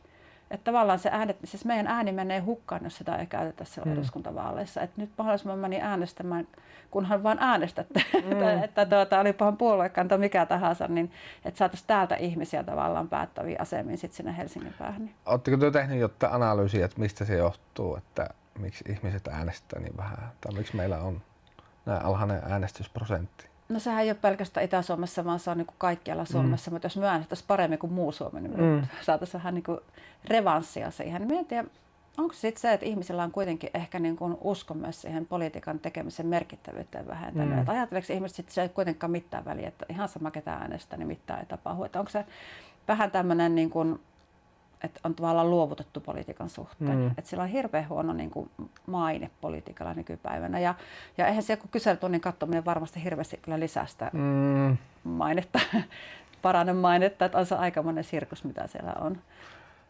Jätän vähän myöhemmälle tuon kysymyksen, mutta tuli mieleen just tämä niin kuin polarisaatio ja kaikki muu, mikä sitten varmasti niin kuin, no voi itse asiassa käydä vähän keskustelua siitä, vaikka nyt samoin teen, mutta ehkä sitten mikä itse toisaalta niin kuin ärsyttää seurata niin kuin valtakunnan politiikassa on sitten taas, että aina on vaan se syyttävä sormi on tälleen esillä, että se ei ole välttämättä sitä edes, että tuotaisiin niin kuin omia ideoita esille, vaan pitää nyt mollata ja haukkua. Että jää vaan se, että lähdetään mollaamaan ja haukkumaan ja vesittämään toisten politiikkaa, niin se on ainakin itsellä heti tullut semmoinen, että jaha, tänään somet kiinni ja että ei jaksa katsoa. Joka kerta on kyllä äänestänyt, kun on mahdollista ollut, mutta näetkö, että vaikuttaako se keskustelukulttuuriin tai ylipäätään kulttuuriin sitten eduskunnassa, että kun tuntuu, että jotenkin tuo polarisaatio on niin kuin lisääntyy ja vastakkainasettelu kasvaa. Ja esimerkiksi nyt tulee mieleen esimerkkinä sitten tämä Pride-tapahtuma Helsingissä, sitten siellä oli se seksikeinu, niin jotenkin siitäkin saatiin semmoinen keskustelu, että vähän niin kuin oikealta syytetään vasemmistoa ja vasemmistosta syytetään oikeistoa, että oikeisto haluaa tavallaan sanoa, että joo, että tämmöisiä nämä tapahtumat täällä on, että annetaan vasemmiston järjestää tämmöisiä tapahtumia ja sitten vasemmisto sanoo, että no se on oikeiston trolli ollut siellä vaan, niin tämmöinen jotenkin ihan älytön keskustelu tulee vielä siitä. Tämä vaan yhtenä esimerkkinä. Joo, tämä on niin kuin maailmanlaajuinen ilmiö. Jos katsotaan vaikka tuonne Rapakon taakse tai Maka-ilmiöt ja kaikki muut. Et nämä on niin kuin just tämmöisiä oikein härskejä esimerkkejä siitä, miten voidaan sitä vastakkainasettelua käyttää. Ja se on, niin kuin on täällä Suomessakin jo. Että se on jotenkin niin kuin varmaan tullut tämän somen myötä myös, koska siellä ne negaatiot ja klikkiotsikot on, mitkä niin kuin lähtee hienosti trendaamaan. Eli mitä niin kuin räväkkämpi ja karmempi juttu, niin se enemmän se niin kuin nostaa siellä. Ja jotkut poliitikot käyttää sitä vain enemmän hyväkseen sitten. Että tavallaan sitä julkisuutta tulee sit sitä kautta. Ja sitten kun teet somessa jonkun oikein räväkän hirveän päivityksen, niin sitten iltapäivälehdet nostaa somesta sen jutuksi. Eli sehän on tämmöinen ketju, että jossakin X:ssä teet jonkun semmoisen hyökkäävän päivityksen, niin seuraavaksi on sitten niin kuin some, niin kuin iltapäivälehtien otsikoissa, joka lähtee taas jakautumaan. Se on semmoinen kertautuva ilmiö, mitä poliitikot käyttää selkeästi hyväkseen. Ja sitten se on niin kuin tämmöinen vastapallo keskustan kansanedustajana, kun me istutaan oikeasti siellä salissa niin kuin vielä keskellä. Niin se on joskus tuntuu, että onko pingistä seurausta, se on vasemmalta oikealle ja oikealle vasemmalle. Ja se on niin kuin ärsyttävää. Ja tietysti kun itse pyrin oman puoleni kautta edustamaan siis sellaista niin kuin keskilinjaa siinä, että asiat todellakaan ei ole mustavalkoisia. Niin se on itse asiassa niin aika vaikea sitten somessa sanottaa se asia, koska se ei trendää, koska se on sopuisaa. Kyllä. Ja se on niin kuin aika inhottava, ja se on itse asiassa vähän ristiriitaistakin, että kun ihmiset sanoo, että ei haluta, että politiikassa niin kuin riidellään, ja halutaan, että puolueet tekisivät yhteistyötä, ja haluttaisiin, että niin kuin vietäisiin yhdessä meidän asioita eteenpäin, niin siitä huolimatta somessa ja muualla nousee sitten ne ääripäät. Just. Nimenomaan se pingiksen pelu on se, mikä sitten resonoi ihmisiä. Jotenkin se on minusta vähän niin kuin ristiriitaista. Totta kai politiikassa, niin kuin sanoit, jossain vaiheessa pitää olla eri mieltä. Siksi meillä on erilaisia puolueita. Me väittäisin, että joka ikinen puolue ajaa täällä Suomen etua. Kyllä. Ja kaikilla on tavoitteena vaan, että me suomalaiset ihmiset pärjätään, mutta siinä on sitten eri keinot. Kyllä. Eli keinopakki, työkalupakki on erilainen ja eri puolueilla on eri työkalupakki. Se on tämä nykypäivän ilmiö on sitten tämä, että ollaan ilkeitä ja inhottavia ja syyllistetään. Ja se, mitä niin kuin itse oikeastaan eniten voin saa käyttää vaikka sanaa inhoa, niin on sitten tämmöinen tahallinen väärinymmärtäminen ja uhriutuminen. Että se suorastaan niin joskus raivostuttaa, että kun tietää, että ihminen oikeasti ymmärtää, mistä puhutaan, mutta ei ole ymmärtävinään. Kyllä. Niin kuin todella ärsyttävää. Tuo oli hyvä. En osannut sanottaa tuohon samaan lauseeseen sitä, mutta tämä on yksi niistä asioista, mikä niinku itse kanssa just ärsyttää, jos seuraa niinku sosiaalisessa mediassa varsinkin niinku poliitikkoja tai tulee esille, vaikka ei seuraaskaan, niin niitä tulee pompsahtaa, mutta tuo on hyvä pointti kyllä. Kyllä. Missä kulkee raja yksityisen ihmisen ja julkisen roolin välillä? Oletko sinä pystynyt tekemään siihen semmoisen rajanvedon? No kyllä se itse asiassa on tullut tähän semmoinen rajaveto, että kyllä niinku semmoinen, että silloin kun mennään niin esimerkiksi somessa niin johonkin ihmisyyteen, semmoiseen syvimpään sopukkaan äityyteen, äitinä olemiseen, perheeseen, semmoiselle niin kuin elämän tärkeimmille asioille, niin ne me haluaa varjella ja suojella. Ja ehkä siinä on tullutkin myös, mä olin itse asiassa politiikan alkutaipaleella ja vielä viime vaalikaudellakin ja tämänkin kauden alussa vielä aika herkkä myös sitten niin kuin somessa niin kuin myös tämmöisille poliittisille asioille, että se oli joskus sitä, että miksi se nyt tolleen mulle sanoo tyylin. Mutta tavallaan sitten, että sitten jos ollaan niin kuin käyty niin kuin ihmiseen kiinni sitten johonkin siihen syvimpään sopukkaan, just sinne äityyteen tai perheeseen tai muuhun, niin sen jälkeen tavallaan huomaat, miten toissijassa loppupelissä on sitten se työstä puhuminen politiikka. Sitä ei siinä kestä, mä väittäisin, että mä kestän aika paljon siinä tänä päivänä. Et se on se, missä otetaan sitten matseja olla eri mieltä. Mutta se, minkä minä taas haluan tänä päivänä varjella, niin on sitten se kaikista tärkein ja se ydin. Ja niin kuin lapsenlapset ja muut, niin ne minä haluan pitää erillä. Eli nahka on paksuuntunut? Nahka on, paksuuntunut on, mutta tavallaan sitten on tullut myös se suojelukuori sitten sinne ytimeen. Ihan varmasti. Vielä vähän kansanedustaja arjesta. Kuinka paljon joutuu työssä tekemään päätöksiä semmoisen vajaa-avaisen tai keskeneräisen tiedon parissa? Joutuuko tekemään? Tuleeko semmoinen fiilis? Oikeastaan varmaan niin koko Suomen historian kannalta niin tästä esimerkkejä löytyy eniten viime vaalikaudelta, kun oli korona. Niin silloin kun se korona iski tänne Suomeen ja maailmaan, niin kukaanhan ei tiennyt, mitä se tuo tullessa. Ja silloin tehtiin oikeasti päätöksiä vajavaisen tiedon varassa. Eli silloin oli se, että silloin vaan haettiin se paras mahdollinen olemassa oleva tieto, että tavallaan kun tauti levisi ja tutkimus ei kerännyt eeltä. Ja sitten lääkäritkin oli vähän eri mieltä asiasta. Ja sitten eri maat teki täysin erilaisia linjauksia. Että Ruotsissa tavallaan mentiin sillä linjalla, että otetaan tämmöinen niin kuin joukkoimmuniteetti ja annetaan taudin levitä. Ja meillä taas pyrittiin suojaamaan mahdollisimman paljon. Ja jos nyt miettii, että mitä kaikkea siellä on tehty, että esimerkiksi se Uusimaa eristettiin muusta Suomesta, se tuntuu ihan, että oikeasti on niin totta, se on niin elokuvasta. Että se oikeasti tapahtui eikä sitä edes kauhean pitkä aika. Mullakin itse asiassa vielä semmoinen kansanedustajan kortti tuolla mukana tälläkin hetkellä kukkarossa. Että sitten kun minä menin autolla Helsinkiin, niin minun piti Uudenmaan rajalla näyttää sitä korttia, että minulla on oikeus ajaa sitä tiesulusta läpi. Okay. Että silloin tehtiin päätöksiä sillä olemassa olevan tiedon varassa, että tavallaan saatiin suojeltuja ihmisiä. Että se oli niin kuin varmaan siis semmoinen koko Suomen historian kannalta erikoinen aika. Ja ehkä jotenkin äärimmäinenkin esimerkki. Se oli äärimmäinen esimerkki, joo. Mutta sitten loppupelissä niin nykypäivän, niin kuin tässä ihan normityössä, niin ei hirveän paljon, koska me käydään tosi tarkkaan läpi asiantuntijoiden tiimoilta niin lainsäädännössä sitä asioita. Et se, mikä tietysti vaivaa, niin on sit se, että vaikuttavuusarvioita tällä vaalikaudella esimerkiksi on tehty aika vähän eduskunnan päässä. Et silloin kun tehdään isoja asioita, mitkä niin kuin liittyy, no esimerkiksi nyt kun tehdään erilaisia leikkauksia eri asioihin, niin semmoisia ei ole vaikutusarvioita ollut niin kuin opposition näkökulmasta tarpeeksi, niin kuin, että miten ne kertautuu samalle ihmisille. Koska varsinkin kun meillä täällä Pohjois-Karjalassakin ja Itä-Suomessa, Savo-Karjalassa, niin on paljon niin kuin sairastavuutta, on pienituloisia ihmisiä ja meillä on työttömyyttä, pitkät välimatkat. Niin että silloin kun tehdään leikkauspäätöksiä, niin miten ne vaikuttaa tiettyihin samoihin ihmisiin, niin ne vaikuttavuusarviot ei ole riittäviä.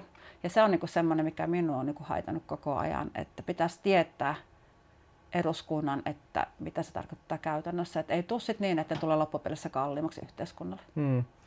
Onko siihen keinoja mitään, miten sitä voisi sitä vaikuttavuusarviointia esimerkiksi parantaa, että saataisiin paremmin käsitys siitä, että miten se oikeasti vaikuttaa, jos on vaikka pitkäaikaistyötön tai yksi henkilö on pitkäaikaistyötön, sitten on erinäisiä sairauksia, on perhettä, kaikkea muuta tämmöistä. Niin siis kun näin tiukkaan tahtiin, nopeeseen tahtiin tehdään näitä, niin ei sinne varmaan edes kerkiä tehdä. Että ne tavallaan ne vaikuttavuusarviot jää niin kuin tekemättä. Ja sitten jos mietitään niin kuin esimerkiksi niin kuin meilläkin ihan Outokummussa, niin meillä on valitettavasti sitä työttömyyttä tosi paljon, nuorisotyöttömyyttä ja on lasten huostaanottoa ja muita.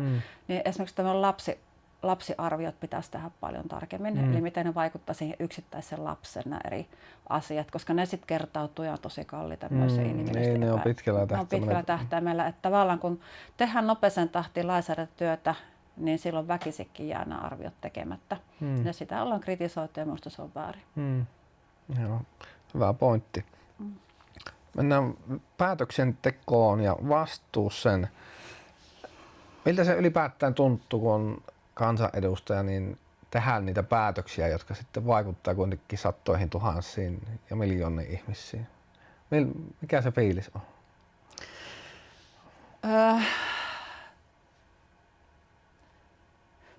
Se varmaan riippuu ihan siitä päätöksestä. Eli esimerkiksi silloin viime vaalikaudella, että kun minulla on itsellä yrittäjätausta ja on aloittanut niin kuin tosi pienestä ja tosi pienillä varoilla ja tavallaan niin kuin ihan käistä suuhun sitä hommaa tekemään. Ja sitten kun tuli se korona, niin silloin kun saatiin tehtyä sitten semmoisia päätöksiä esimerkiksi velallisen helpottamiseksi, tai että mitä jos tuli ihmisen luottohäiriömerkintöjä, että mitä ne niin kuin vanhenee ja muuta, niin sitten kun ne päätökset tuli tehtyä, niin sitten tuli hirveän hyvä mieli. Mutta sitten tietysti jos tulee semmoisia päätöksiä sitten, mitkä niin kuin vaikuttaa negatiivisesti ihmisten arkeen tai sitten kiristää kukkaroneeria tai muuta, niin sitten vähemmän hyvää mieli. Niin mutta mä oon itse niin ajatellut näin, että tavallaan pitää pyrkiä aina sen olemassa olevan tiedon varassa tehdä ne päätökset niin hyvin kuin pystyy. Mutta siinäkin on hirveän iso ero, oot se hallituksessa vai oot se oppositiossa, koska ehkä se ihan sama tieto ei ole oppositiossa, mitä hallituspuolueen edustajana oli. Et silloin tavallaan niin oli se koko ministeriö käytettävissä ihan eri tavalla ja ministerit ja avustajat oli tuttuja. Tavallaan se tiedon sait helpommin ja nyt oppositiosta käsin tavallaan se tieto on niin kuin haettava. Niin nyt se on niin kuin epävarmempi olo, kun et voi niin kuin vaikuttaa niihin asioihin, etkä tiedä niitä taustoja niin hyvin kuin pitäisi ehkä. Mutta hassua ajatella, että jos mennään sitten kuitenkin päättämään samoista asioista, niin pitäisi olla kuitenkin sama tieto kaikilla, jotka sitä päätöstä tekee. Niin, no valiokunnissahan sitten meillä on oikeus, siinä meillä on herrasmiessäännöt, eli ainakin niissä valiokunnissa, missä minä olen, että jos me halutaan jotenkin asiantuntijoita siinä, niin kyllä opposition esittämät asiantuntijat otetaan mielellään kuultavaksi. Joo. Eli se on minusta tosi hyvä käytäntö. Eli kaikki saadaan sitä tietoa kyllä. Ja sitten niin kuin puolustusasiassa esimerkiksi, niin nyt kun on ollut niitä isoja päätöksiä, niin sitten on luvattu, että me saadaan kaikki se tieto, mitä niin kuin toki me on sen tiedon äärellä muutenkin, mutta ne kansanedustajat, jotka ei ole sitten näissä turvallisuusvaliokunnissa, että hyökin saa sen tiedon, kyllä, mikä on tosi tärkeää, kun tehdään näitä päätöksiä. Mutta se on erilaista, että se tavallaan pitää niin kuin hakemalla hakea kyllä, sitä. Vähän lypsää sieltä ja täältä. Miten erotat sen, että milloin kannattaa niin kuin pitää tiukasti kiinni omasta näkemyksestä ja milloin sitten kuunnella niin kuin uusia erilaisia perusteluja? No periaatteessa uusia erilaisia perusteluja pitäisi kuunnella varmaan vielä paljon enemmän, koska niin sen olen oppinut tässä tällä urani aikana ja ehkä iänkin myötä, että tavallaan, että jos lukkiudut tosi tiukasti siihen omaan, niin tavallaan siitä ei ole mitään haittaa, että sä kuulet myös sitä toisen ihmisten mielipiteitä ja asioita eri tavalla, koska se voi niin kuin tavallaan myös avata sitten että okei, tuota en ole muuten miettinytkään, että pitäisipä enemmänkin kuunnella muiden mielipiteitä, mutta sitten näissä Itä-Suomen asioissa minä olen kyllä tosi tiukka, että niissä minä niin kuin yritän niin kuin vetää niin tiukalle kuin mahdollista, että tavallaan tämä on niin kuin, että me pärjättäisiin täällä, niin meillä on oltava niin kuin vahvoja puolustajia ja vääntäjiä. Ne vastavoimat on kyllä ihan yhtä isot siellä tai vahvemmatkin. Eli riippuu vähän asian yhteydestä, mutta että tavallaan niin kuin siitä ei koskaan haittaa, että se kuuntelet sitä toisenkin mielipidettä. Enemmänkin pitäisi kuunnella. Koet sinä, että kansanedustajan työ on enemmän puhumista vai onko se enemmän kuuntelemista? Vai onko se jossain siinä välillä? Se pitäisi varmaan olla siinä välissä. Että se mitä meistä ääneen tulee, niin on se puhe. Siis kansanedustajat on tosi kovia puhumaan. Ja sitten jos meillä on joku tämmöinen tilaisuus, vaikka että meillä on 5 kansanedustajia ja meidän puheaikaa ei rajoiteta, niin sitä ei tule loppua ikinä. Se on niinku, tämä on puhetyö, mutta kyllä mä niinku itse koen sit sen, että tavallaan ihmisen kanssa kun on, niin se kuuntelu on se arvo. Koska tavallaan, että me pystyn tekemään sitä minun työtä, niin minä olen sanonut, että se auttaa minun työtä se, että minä kuulen, miten ne asiat vaikuttaa ihmisten arkeen. Ja tavallaan, että miten ihmisillä mennään ja se viesti. Ja sitä paitsi sillä on paljon isompi painoarvo, kun minä sit puhun siellä eduskunnassa, kun minä sanon, että sain viestiä Pohjois-Karjalasta tai sain viestiä Outokummusta tälleen ja tälleen. Että se ei ole minun keksimä se asia eikä sanottava, vaan se oikein se viesti tulee jotakin ihmiseltä täältä. Ja sillä on ihan eri painoarvo. Ja sitten esimerkiksi kun mitä just itse asiassa tässä muutama viikko sitten olin tämmöisessä tapahtumassa, missä tuli sit palautetta siitä, että miten oli yksi lakiesitys tai laki vaikuttanut sinne arkeen, niin oli ihan eri viesti, mikä me saatiin eduskunnan päähän sitten tältä viranhaltijalta, kuin sitten tältä henkilöltä, joka tekee työtä siellä. Aivan. Eli tässäkin oli, että me sanottiin, okei, että meille asia on kerrottu ihan eri tavalla, kuin sitten mitä se ihminen sanoo, kuka tekee sitä työtä. Et se on tosi tärkeää se kuuntelu. Ihan varmasti. Miten sinä käsittelet epävarmuutta päätöksenteossa? No, päättäjä-nimi viittaa siihen, että on pystyttävä päättämään. Eli tavallaan on myös luotettava siihen omaan vaistoon. Ja tavallaan me on oppinut luottamaan omaan vaistoon aika vahvasti. Eli tavallaan semmoinen tunne siitä, että kun olet saanut tarpeeksi tietoa, että sulla on sellainen tunne, että okei, nyt minä voin tehdä sen päätöksen, tai tunne siitä, että nyt ei mene oikein, sitäkin kannattaa kuunnella. Tai tunne sit siitä, että tämä on niinku hyvä juttu, niin sitä omaa vaistoa kannattaa kyllä kuunnella. Se on hyvä vinkki ja hyvät pointit. Onko tullut semmoisia tilanteita, jossa oma mielipide on muuttunut vaikka valmisteluaikana? Tuleeko joku esimerkkiä mieleen? No kaikista suuri esimerkki on varmaan tämä NATO. NATO meneminen. Mä olin vahvasti sitä mieltä, että joo, että olkoon vaan ovi raollaan, mutta että ei NATO. Ja siinä kyllä piti kääntää mielipide ihan täysin. Että tavallaan niin kun, sit kun sai sen kaiken olemassa olevan tiedon, ei siinä ollut niin kuin ekahta puhetta. Mutta et varmasti ollut kyllä ainut. En. Aika moni joutui muuttamaan mielipiteensä. Se on varmaan semmoinen lähiaikaan suurimpia esimerkkejä siitä, että miten voi muuttaa. Ja itse asiassa niin politiikassa se on aika jännä ero yrittäjyyteen.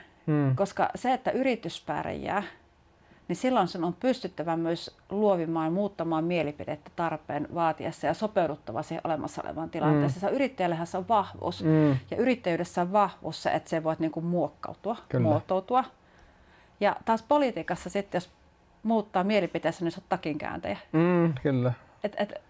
Siinäkin on semmoinen, että eikö se olisi parempi, että jos poliitikko saa uutta tietoa, niin se muuttaa mielipidettä, vai onko se sitten niin, että jos poliitikko on joskus sanonut, että mä oon tätä mieltä, ja sitten tieto tuleekin, että sillä ei ole mitään järkeä, niin sinun pitää vaan olla sitä samaa mieltä, että muuten se on takinkääntäjä. Että tavallaan niin kuin, miksi? Koska eikö se olisi parempi sitten, että se niin kuin muuttuu se mielipide? Niin, sehän on viisauden merkki, että tavallaan tunnustat, että hei, olin väärässä. Että nyt. Toki siinä on näin, että nykypäivänä esimerkiksi eduskuntavaaleihin, kun mennään kuntakin vaaleihin, niin vaalikoneitahan on tosi paikassa paljon ja siellähän kysytään niitä mielipiteitä. Ja totta kai sulla on oltava mielipiteitä asioista ja ei se voi heti muuttua. Niin, kyllä. Ei se voi mennä niin, että se vaalikoneessa vastaa täysin eri mieltä ja sitten kun se on valittua, niin ei kun ihan samaa mieltä. Ei se voi olla niin. Mutta että sitten jos tavallaan ne asiat muuttuu matkan varrella, niin sitten saatetaan vieläkin katsoa vaalikoneessa 8 vuoden takaa, että mitäs mieltä se silloin olit. Tää hääkutti. Niin. Että puhuit palturia. Ei kun, miten se on, muunneltua totuutta. Niin joo. Siis eduskunnassa ei saa käyttää sanaa valehtelu. Just näin. Joo, se on, mikähän se sana sitten olisi sille. Oliko täysin totta? Totta. Onko joku päätös, mikä on jäänyt mietityttämään jälkikäteen? No oppositiossa ollessa niitä päätöksiä ollut tosi paljon nyt, koska niin kuin sanoin, niin yleensä kun painetaan punaista nappia, niin se tarkoittaa silloin sitä, että ollaan eri mieltä. Mutta niihin et voi vaikuttaa. Että niitä tulee väkisikin. niitä tulee väkisikin. Ja ehkä niin kuin viimeisimpänä on varmaan se isompana juuri se aikuiskoulutustuki ja nämä asiat, mihin ihmiset on ottanut tosi paljon kantaa ja muut tämmöiset etuisuusasiat sitten, mistä on tullut sitten itkusta palautetta. No. Sitten olisi 2 otsikkoa meillä jäljellä. No niin. Eduskunta työyhteisönä. Tämä kiinnostaa itseä. Siellä on aika paljon julkisuudessakin ollut keskustelua niin kuin eduskunnasta työyhteisönä ja varsinkin, oliko se sosiaalivaliokunta, Joo, sosiaali- ja terveysvaliokunta, niin millainen työyhteisö eduskunta oikeasti on? Näistä välttämättä omista valiokunnista, niin puolustusvaliokunnan korsuhengestä puhutaan tosi paljon, että siellä meillä on ihan todella hyvä porukka.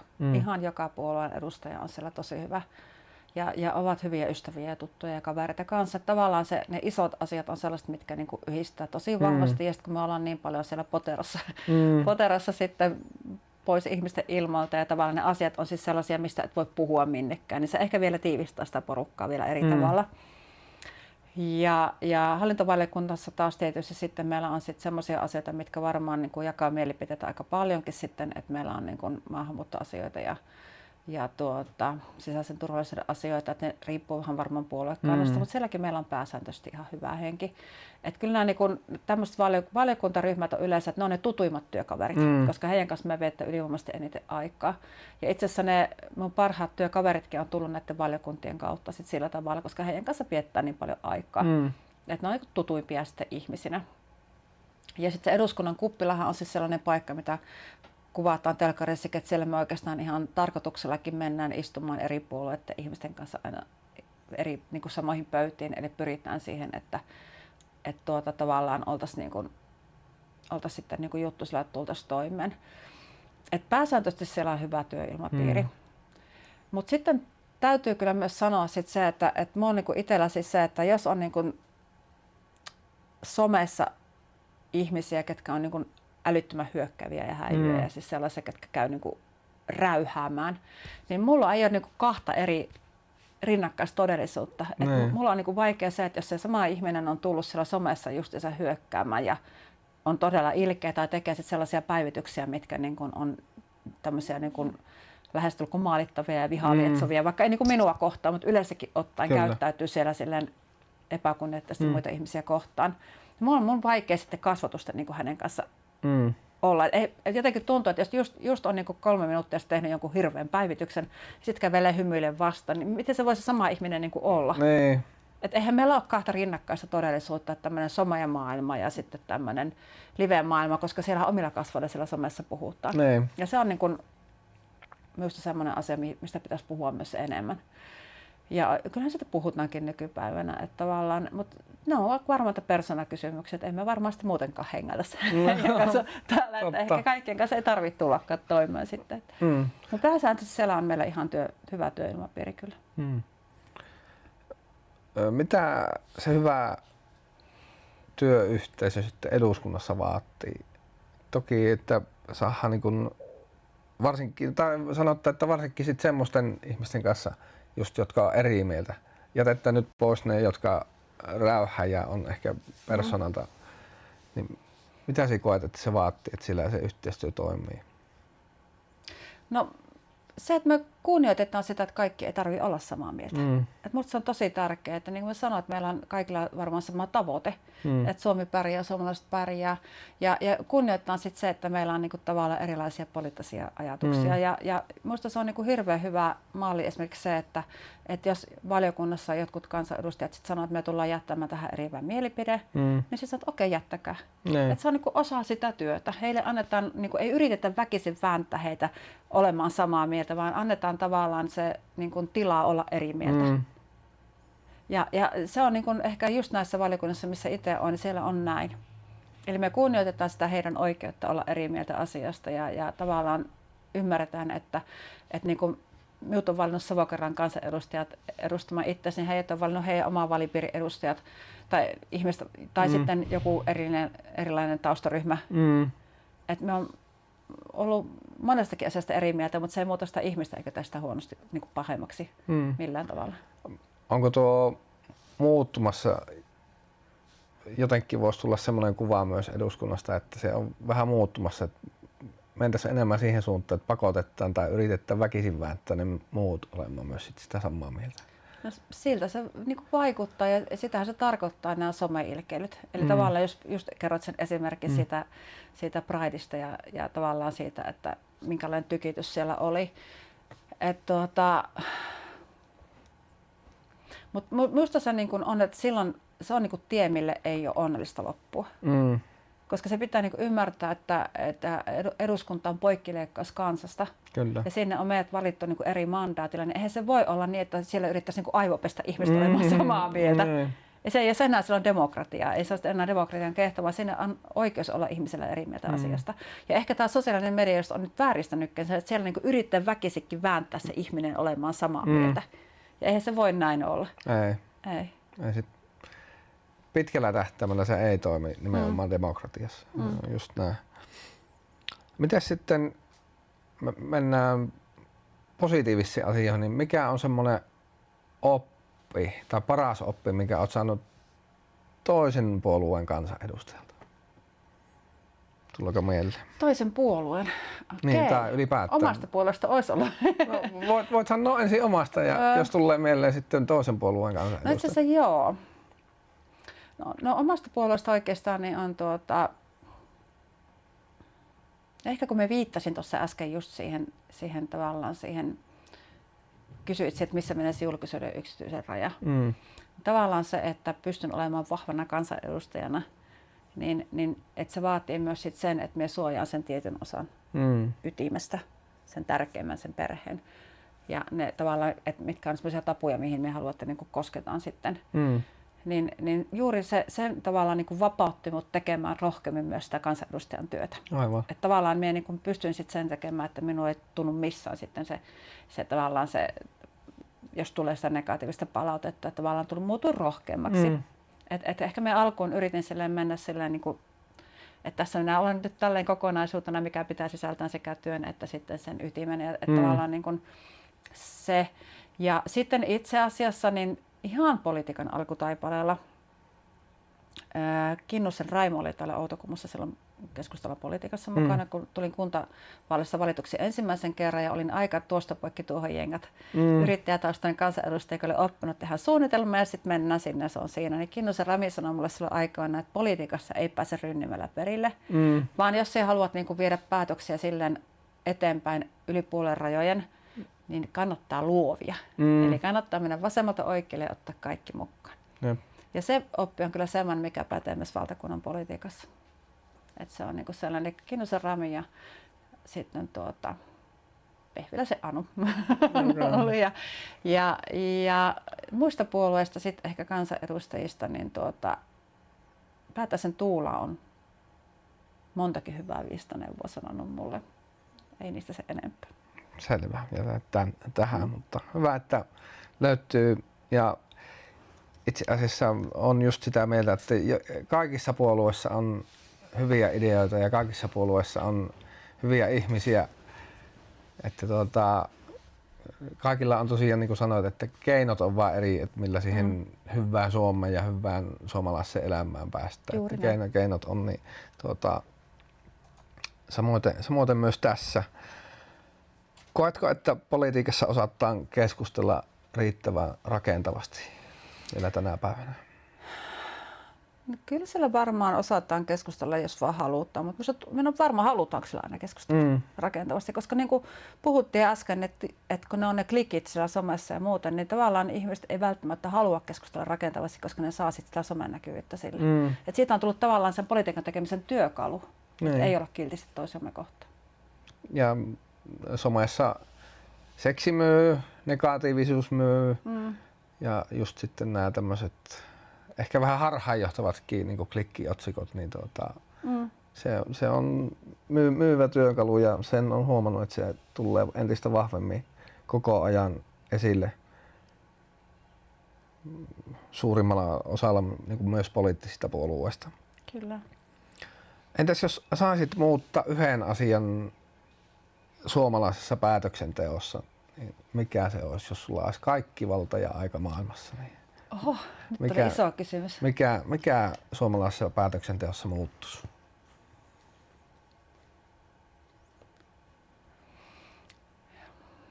Jos olisi siis sellainen valta,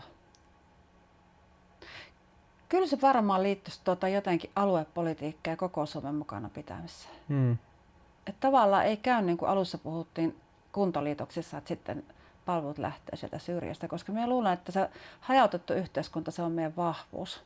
Ja se, että meillä on niitä näkeviä silmiä ja kuulevia korvia kaikkialla ja asutusta kaikkialla Suomessa, niin että jollakin tavalla vahvemmin pitäisi ottaa tämä aluepolitiikka ja tavallaan siis se, että koko Suomi pysyy elinvoimaisena.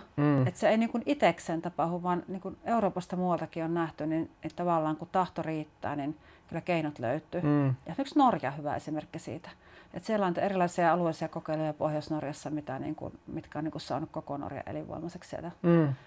Et meillä pitäisi olla vahvemmin lainsäädännössä tämä, että koko Suomi on myös elinvoimainen. Ja sitten siihen liittyvä lainsäädäntö ja teot. Vaatiko se vielä paljon niin kuin lakien muokkaamista? Että siihen se vaatii päästään? tahtotilan.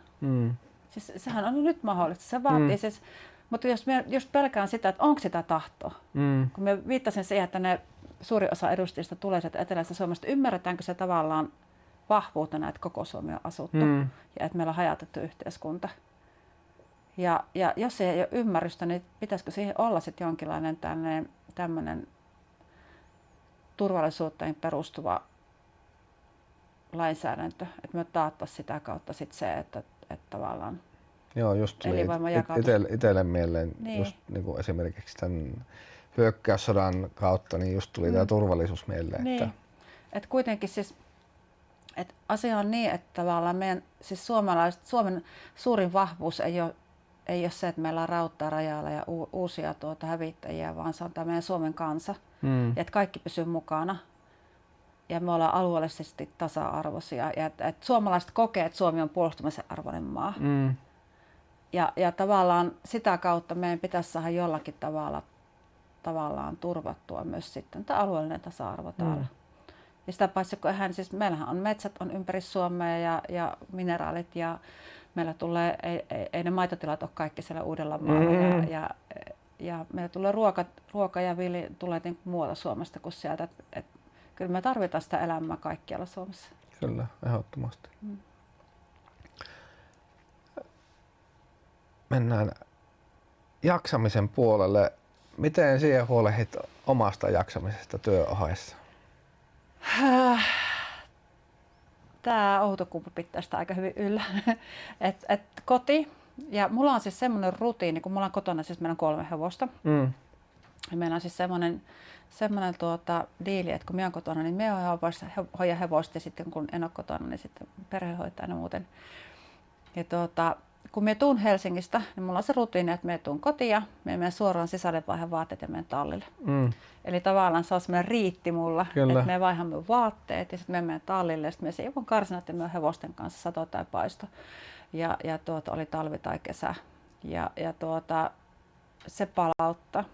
On ihan parasta terapiaa. Ja sitten meidän saata, jos on oikein tiukka viikko ollut, niin kun me ollaan antanut ruuat hevosille, niin me jää istumaan talliin ja me kuuntelen sitä rouskutusta siellä. Ja on vähän aikaa vaan ihan niiden kanssa siellä hiljaa. Ja sitten puutarha ja kasvimaa on semmoinen hirveän rakas mulle. Ja se on taas sillä vissiin palauttavaa, että kun sillä niin kuin näkee sen käden jäljen, kyllä, mitä välttämättä politiikassa näe, että saattaa mennä kauankin, että onko mitään tehnyt. Mutta tämä on niin kuin, siellä se näet, että kun se keväällä muokkaat maan ja kylvät ja istutat ja sitten niin kuin nytkin, kun mulla on kasvihuone ollut niin kuin oikeastaan aikuisikäni, niin nyt kun alkaa se vaihe, että kurkkuja alkaa tulla ja tomaattia ja mä ensin itse siemenistä kylvänyt ne tomaatin taimet ja nyt ne sitten alkaa tuottaa, niin se on kyllä tosi palkitseva. Ymmärrän. Siinä niin kuin tavallaan nollattaa sitten, kun pääsee tallille heti. Ja... Kyllä. Onko sulla, oot siinä semmoinen ihminen, että siellä luotat niinku rutiineihin vai oot siinä niinku, miten rutiini orientoitunut henkilö? En en ole rutiiniorientoitunut, se on ihan itse aika mahdotontakin tässä työssä. Ja sitten me ollaan, tietysti meidän perhe-elämä on niin hektistä, että kun puolisolla on myös semmoinen työ, että niin joskus meillä on niin läpsystä vaihtoa, että me viikonloppuna kotiin ja Erkki lähtee keikalle, heippa. Että tavallaan meidän elämän rytmi on siis sellainen, mikä on myös arvo, koska tavallaan kun puolisolla on samanlainen sitten semmoinen epäsäännöllinen elämän rytmi, niin tavallaan me ymmärretään toisiamme myös sit siinä, että tavallaan tiedetään mitä se on se julkisuuden paine ja tavallaan näkyvillä oleminen, ihmisten kanssa oleminen ja epäsäännöllinen työ. Et ei meillä voi olla rutiineita, mutta tavallaan toi on se minun rutiini, tuo tallihomma.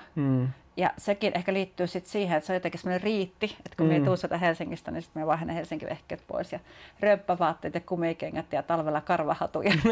Sitten me lähden sinne tunnistamattomana haahuilemaan pihalla. Mutta varmaan sitten, jos mennään niinku avioliittoon ja parisuhteeseen, niin varmaan se auttaa myös sit siinä, että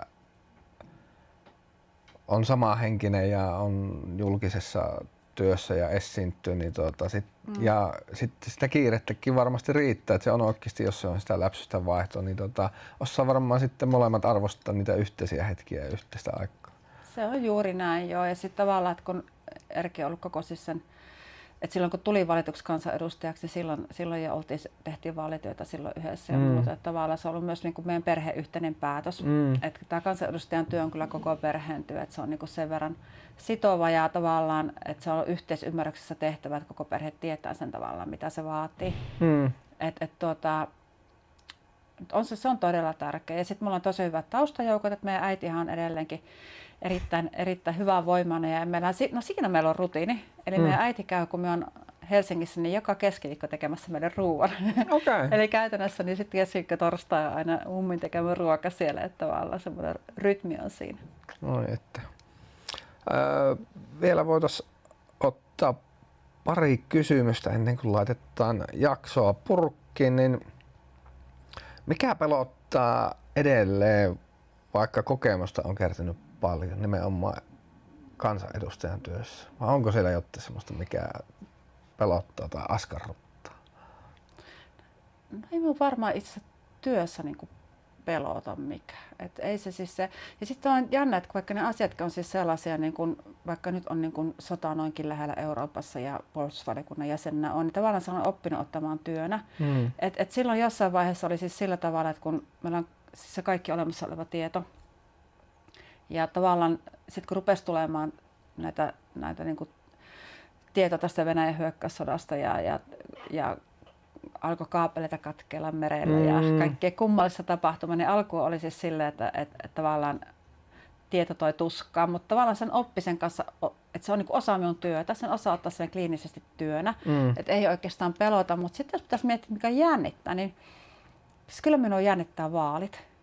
Et siitä, että pääsi nyt alkaa jo jännittämään seuraavat vaalit, että tavallaan niin kun, tämä on kuitenkin pätkätyö ja sitten se on aina niin kuin saisi tavallaan todistuksen niiltä äänestäjiltä, että miten hyvin sä oot työssä tehnyt. Ja kun tavallaan niin kun, varsinkin nyt näin kun oot oppositiossa, niin tavallaan kun on, se pitäisi julkisuuden kautta yrittää se työ tehdä koko ajan, niin tunne tavallaan siitä, että mitä ne äänestäjät on sitten mieltä ja jatkuuko se työ vielä sitten seuraavan vuoden huhtikuun jälkeen ja riittääkö se mitä olet niinku tehnyt ja ootko ollut tarpeeksi. Niin tavallaan kyllä se jännittää.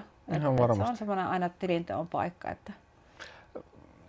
Nyt tuli out of the box vaan mieleen, mutta sitten mites vaalityö, minkälaista se on ja sitten niin kun oot nyt toista kautta kansanedustajana, niin paljon siihen joutuu panostamaan niin kuin rahallisesti vaalityöhön ja onko sanotaan joku Tavis lähtee ensimmäistä kertaa kansanedustajaksi eholle, niin vaadittaako siihen miten paljon budjettia? Onko sinne mahdollista päästä niin kuin tyyliin nollabudjetilla?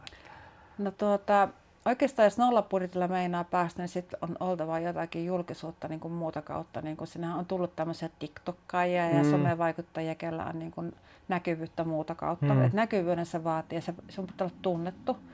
Eli käytännössä että ne esimerkit, jotka on päässyt eduskuntaan niin kuin pienellä budjetilla, nollabudjetilla, niin heillä on sitten ollut joku tämmöinen somenäkyvyys tai muu vastaava tunnettuus tai julkisuuden henkilöitä muuten. Eli että on oltava joku tunnettu laulaja tai urheilija tai joku muu tausta semmoinen, että ihmiset tietää jo etukäteen.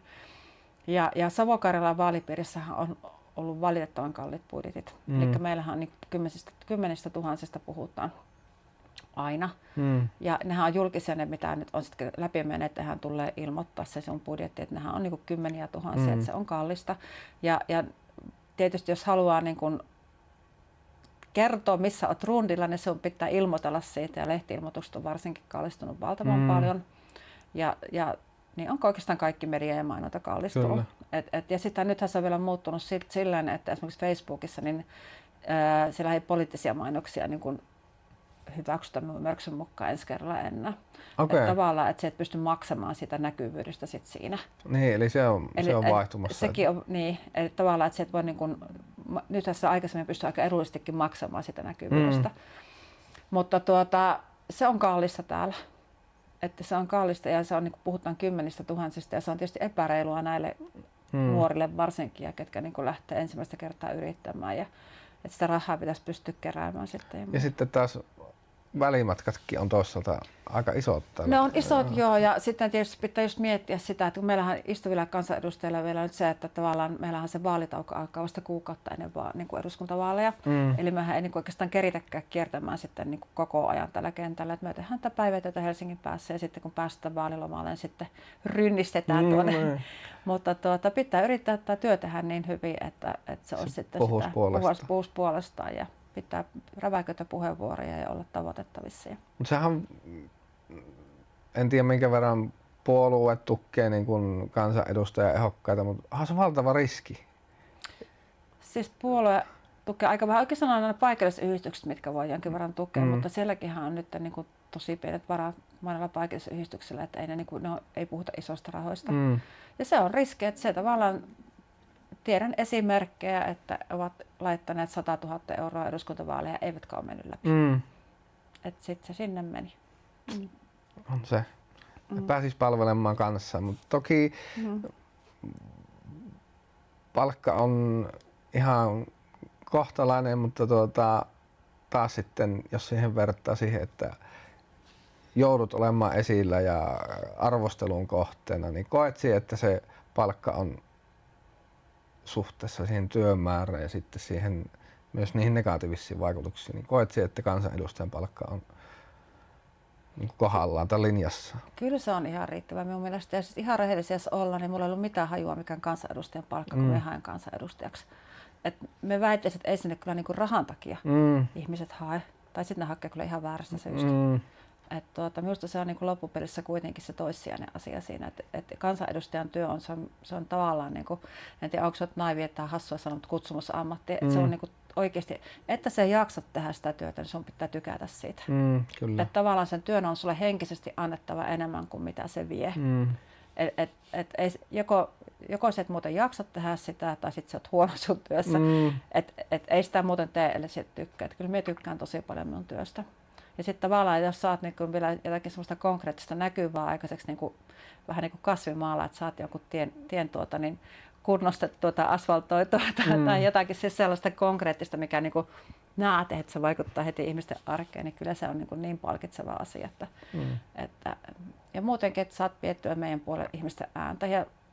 Ja kyllä myös se paras palaute on niin kuin, että hyvällä palautteella elää pitkään, että jos jonkun kyselytuntikysymyksen jälkeen sulle tulee sähköpostia tai viestiä, että hyvä Hanna tai osuit oikeassa ja kiitos kun pidät meidän puolta, niin kyllä se hymyilyttää pitkään. Aivan varmasti. Tuohon lauseeseen on ehkä hyvä pistää tämä jakso pakettiin ja kiitoksia kaikille, jotka on ollut katselemassa tai kuuntelemassa. Oletteko ollut videon äärellä vai ihan audiona, niin laittakaa Hanna kanavaseurantaa, YouTube, Spotify löytyy ja samalla nimellä löytyy sitten myöskin tuolla sosiaalisen median kanavista. Mutta Hannalle super iso kiitos, oli kunnia, tulit vieraaksi ja mielestäni oli erittäin hyvät keskustelut. Kiitoksia, ilo oli kyllä ihan minun puolella. Kiitos. Se on moikka. Moi moi.